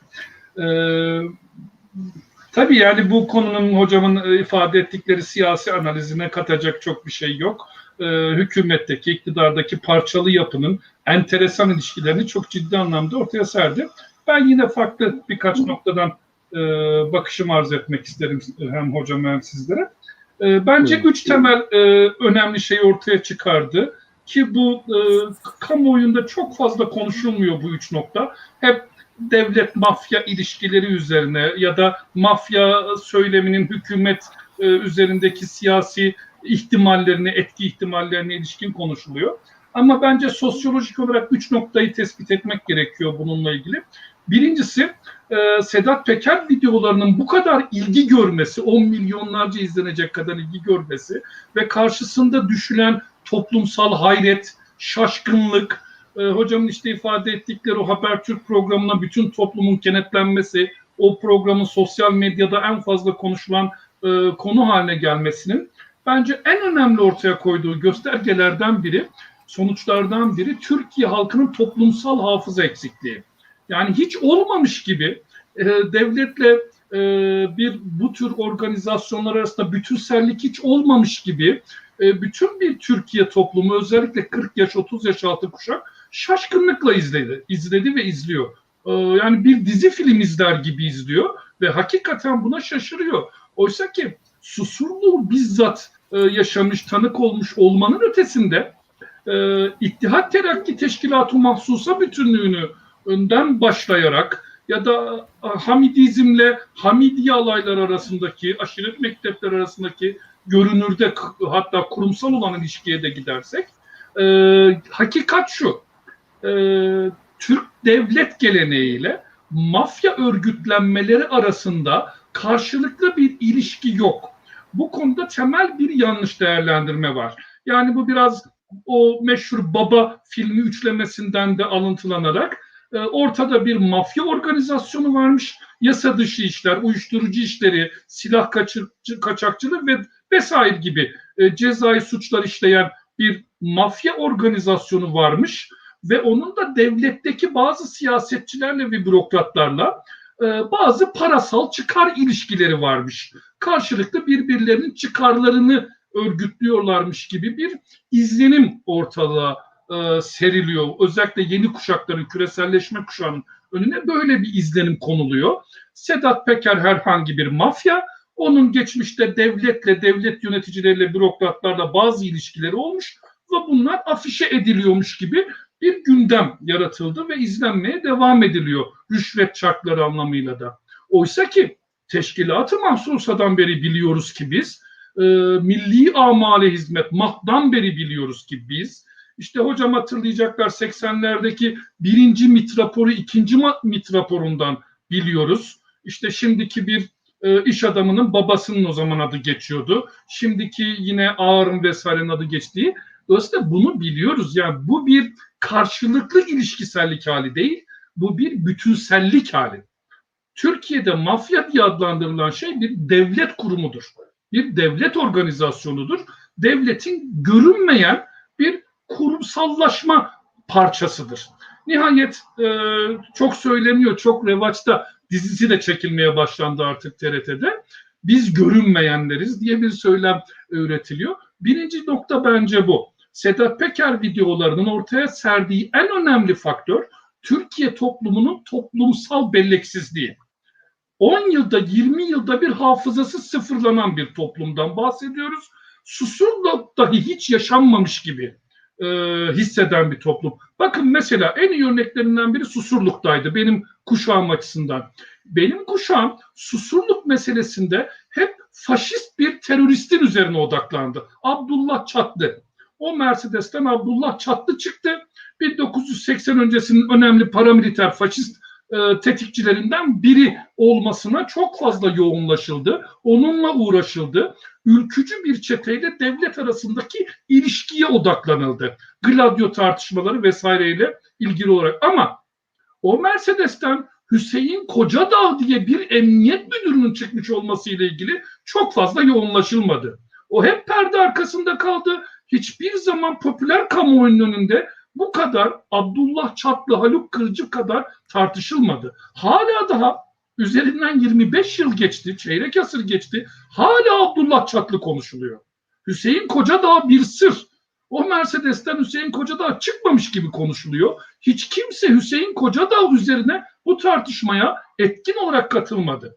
Partiler dahi, yani Fikri Sağlar'ın öncülüğündeki o komisyonun işte kitaplaştı kaynak yayınlarından vesaireden, sonra Fikri Sağlar da yazdı Emin Özgönül'le beraber.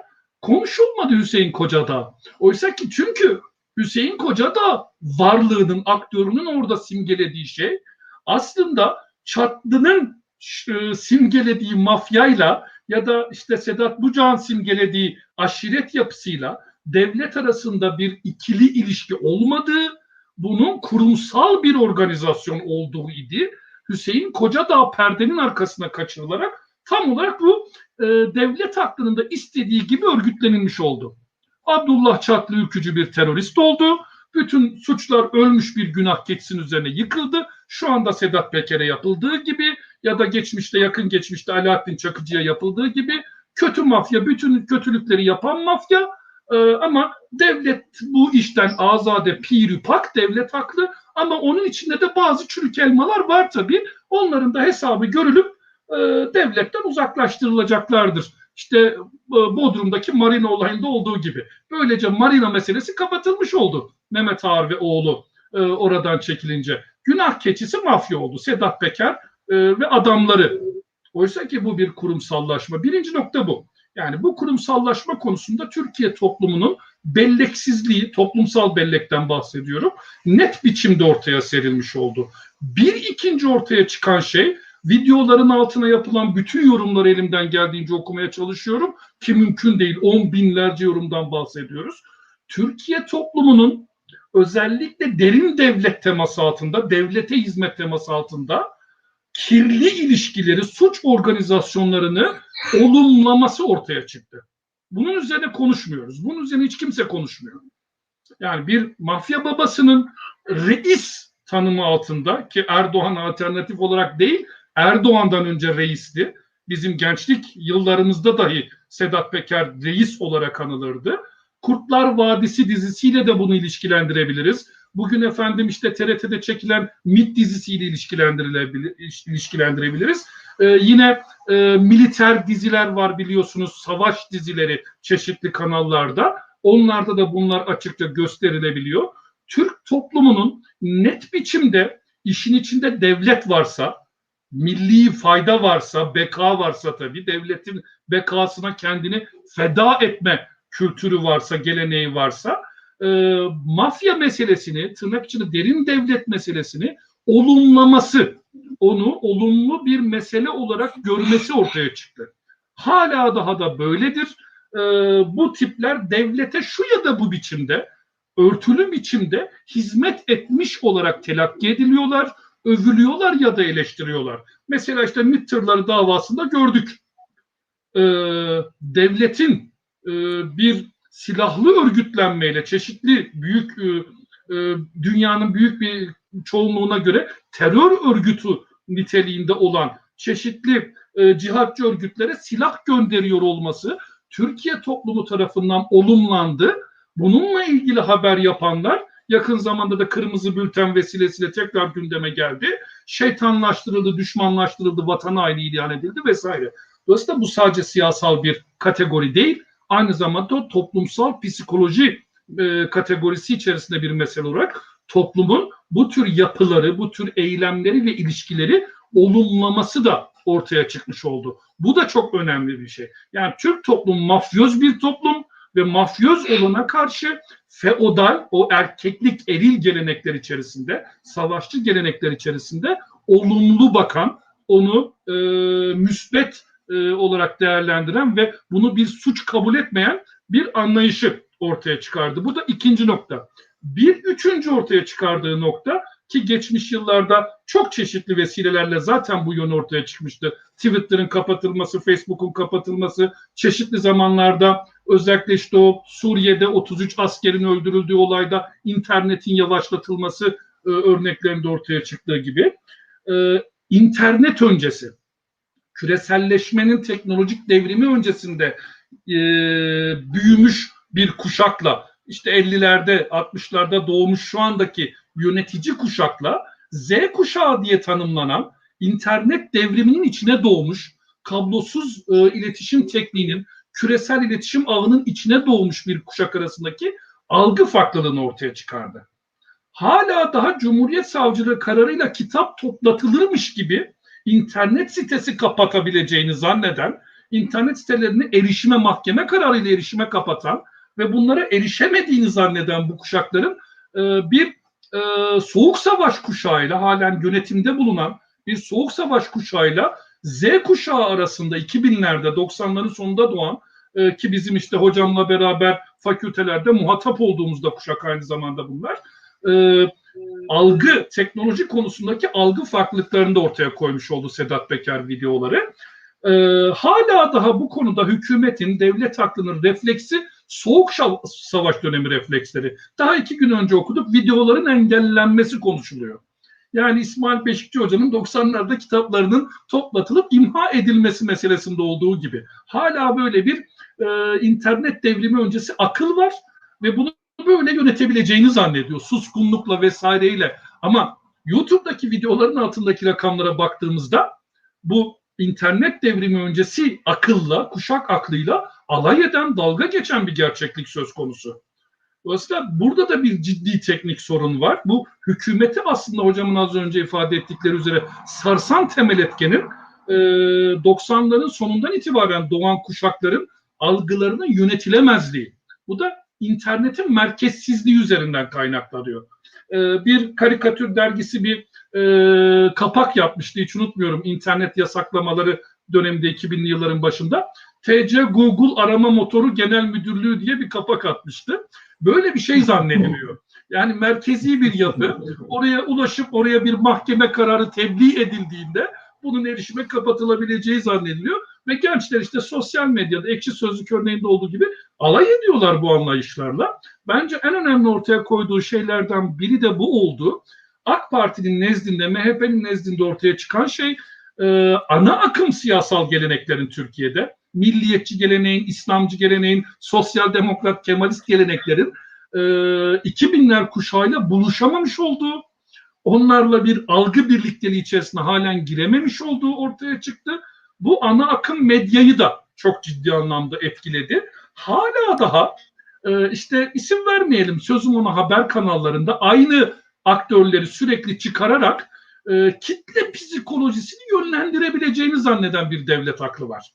Oysa ki gençler malumunuz bunun ismini çok acımasız koydular. Herbokolog.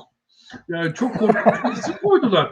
Ve bu insanların kimileri onlarca yıldır gazetecilik yaptığı iddiasında, saygın bilim adamları olduğu iddiasında ki ben açıkçası çeşitli hocalarımı da izlediğimde gerçekten üzülüyorum. Yani o gençlerin nezdinde aldıkları durumu, konumu gördüğümde hakikaten çok üzülüyorum. Hatırlayacaksınız, bu 99 depreminin icadı. O 99 depreminin yarattığı şiddet psikolojisi itibarıyla bir anda o yer bilimcilere muhtaç duruma gelmiştik. Ve yer bilimciler gündelik hayatımızın merkezine oturmuşlardı. Artık birer jeolog olmanın dışında böyle bizim popüler kültüre dahil aktörler haline gelmişlerdi. Yine ekonomik krizde hatırlayacaksınız, Kemal Derviş'in tenis oynaması, taksi durağına gitmesi vesaire gibi günlük hayat etkileri takip edilen popüler kültür objeleri haline gelmişti. Bugün de bizim hocalarımız öyle. Ne yazık ki, ne acı ki. Tabii çok değil Allah'tan, birkaç tane. Gerisi hep kendinin adını gazeteci, tırnakta terör uzmanı, bilmem işte siyasi stratejiler uzmanı konulan falan kişilerden oluşturuyor. Ana akım medyaya çıkardıkları bu figürlerle özellikle genç kuşağın toplumsal psikolojisini yönlendirebileceğini düşünen bir devlet aklı var. Ama ortaya çıktı bakın. Son kertede işte o İçişleri Bakanı'nın karşısına çıkan bir gazetecinin, sözüm ona gazetecinin, durumu ne kadar trajikomik bir vaziyette bitti ortaya çıktı. İşte akşam 5 haberine çıkamadı. Saat 2'de açıklama yaptı. Akşam 5 haberine çıkamayacak duruma geldi. Dolayısıyla bence Sedat Peker videolarının ortaya koyduğu şeylerden biri de şu. Bence bu Kürt alternatif siyasal akımının da üzerine düşünmesi gereken hususlardan biri. Z kuşağı artık anaokulunda değil. Yani yanaklarından makas alabileceğimiz çocuklar değiller. Üniversite bitirdiler. Yavaş yavaş hayata katılıyorlar. Siyaset açısından önemli etkileri aktif seçmen durumundalar. Dolayısıyla bence Sedat Peker videolarından edineceğimiz temel ibretlerden birisi internet devrimi öncesi soğuk savaş algılarıyla, ceberrut devlet gelenekleriyle, savcılık mahkeme kararlarıyla, bilmem bakanlık tebliğleriyle vesaireyle toplumsal zihnin yönetilemeyeceği, yönlendirilemeyeceği ortaya çıktı. Bence de en önemli getirisi ve o önümüze sunduğu veri bence bu oldu Sedat Peker videolarına. Çok teşekkür ederim hocam. Tabii bu olaylar oluyor Türkiye'de. İşte tüm bunların ışığı altında da, bu gelişmelerin ışığı altında da yarın NATO zirvesi var. Bu NATO zirvesinde de daha çok Erdoğan'la Biden'ın görüşmesi veya onların yapacağı pazarlıklar konuşuluyor. Tabii nereye evrilir olmuyor. Bilmiyoruz nereye evrileceğini. Zamanımız da çok kalmadı. Vahap hocamdan o konuda yarınki zirveyle ilgili bir yorum alayım. Yalnız hocam o yorumlarken bir de şu konuya dikkatinizi çekmek istiyorum. Tam bu NATO zirvesi öncesinde Gelecek Partisi Genel Sekreteri Cemalettin Kani Torun'un bir açıklaması oldu. Çok ilginç bir açıklamaydı. Bilmiyorum açıklamayı biliyor musunuz, okudunuz mu? Onu da katarak yani ne diyorsunuz hocam? Ne oluyor? Neler olabilir bu zirvede? Ya, NATO zirvesine ilişkin olarak şunu söyleyeyim. Bu önemli bir zirve. Erdoğan açısından son derece önemli bir zirve. Çünkü Biden'la ilk defa yüz yüze görüşmeyi gerçekleştirecek. Evet. Hatırlayacaksınız, Biden seçildikten çok uzun bir süre geçmesine rağmen Erdoğan'a randevu vermemişti ve herhangi bir şekilde bir görüşme olmamıştı. İlk telefon görüşmeleri 24 Nisan'dan önce gerçekleşti. O da Biden Erdoğan'ı 24 Nisan'ı genosit olarak, soykırım olarak tanıyacağını haberdar etmek için aradı ve muhtemelen biz bunu bu şekilde tanımlayacağız, siz de siyasetinizi ona göre belirleyin demek için aradı. Ondan sonra da ilk yüz yüze görüşmeleri burada gerçekleşecek. İki konu son derece önemli bence burada. Birincisi S-400'lerin durumu. Bu Amerika ile Türkiye arasındaki ilişkileri zehirleyen bir konuya dönüştü ve bunu Amerikan yönetimi hemen her konuda, her oturumda, platformda dile getiriyor. Türkiye'ye bence maliyeti çok ağır oldu. Yani örneğin Türkiye F-35'ten çıkarıldı, F-35 projesinden çıkarıldı. Bunun Türkiye'ye ekonomik yatırımların dolaylı olarak 12 milyar doları bulacağı söyleniyor. Çünkü o projenin içerisinde çok fazla sayıda Türkiye'li şirket var, fazla sayıda sektör var ve bunların hepsi bundan devlet dışı bırakıldı. Ekonomik olarak ciddi bir tahribat, siyasi olarak da ciddi bir tahribat yaratıyor. O nedenle bu S-400 meselesi nasıl çözüleceği son derece önemli. Çeşitli iddialar dile getiriliyor. İşte Afganistan'a gönderilmesi, bunların Türkiye ve Amerikan ortak kontrolünün altına alınması, ama Taliban bunu reddetti. Bütün güçler gibi Türkiye'nin de Afganistan'a çekilmesi, Kabil'den çekilmesi gerektiğini ifade etti vesaire. Dolayısıyla bu konu çetrefil bir konu. Bu S-400'lerin nasıl çözüleceği önemli bir problem. S-400'ler aslında Türkiye'nin kendi ayağına nasıl sıkacağının çok somut bir örneği. Yani bir politik tercihle kendinizi içte ve dışta nasıl bağladığınızı ve hareket alanınızı nasıl daralttığınızın son derece önemli bir örneği. Bunu aldınız, çok ciddi bir para ödediniz ama kullanamıyorsunuz. Bu önemli bir problem. İade edemiyorsunuz, Rusya buna karşı çıkıyor. Başka bir yere satamıyorsunuz, Rusya'nın onayı gerekiyor. Kendiniz kullanamıyorsunuz çünkü NATO'ya aykırı. NATO bunu kabul etmiyor. Dolayısıyla hani arada derede götürüp hemen burada kendime bir füze alayım diye geçiştirilebilecek bir konu değil. Bunu çok açık bir net şekilde Türkiye'ye gösterdiler. İkinci önemli konu muhtemelen Suriye olacak. Yani Suriye'de Türkiye ile Amerika şu anda farklı siyasal çizgileri savunuyorlar.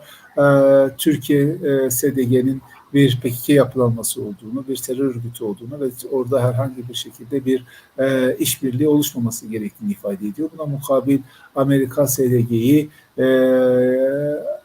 burada işbirliği yapacağı ana aktörlerden bir tanesi olarak görüyor.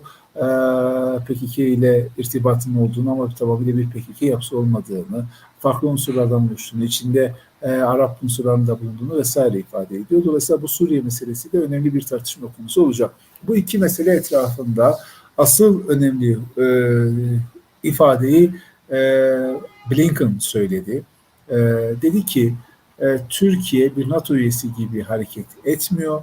Bizim amacımız Türkiye'yi bir NATO üyesi gibi hareket edecek düzeye getirmek, Türkiye'yi Batı'nın içerisinde tutmak. Bu da şu anlamda, yani Türkiye gözden çıkarılabilecek bir ülke değil. NATO için de gözden çıkarılabilecek ülke değil. Batı İttifakı için de gözden çıkarılabilecek ülke değil.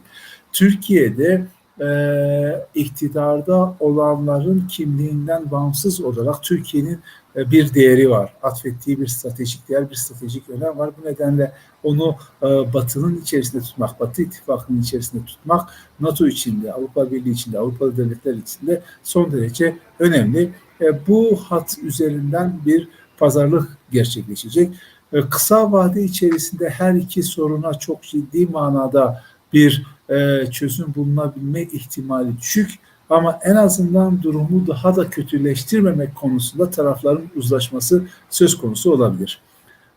Kani Torun'un açıklamasına gelince bu da aslında bilinenin ifade edilmesinden başka bir hususu içermiyor.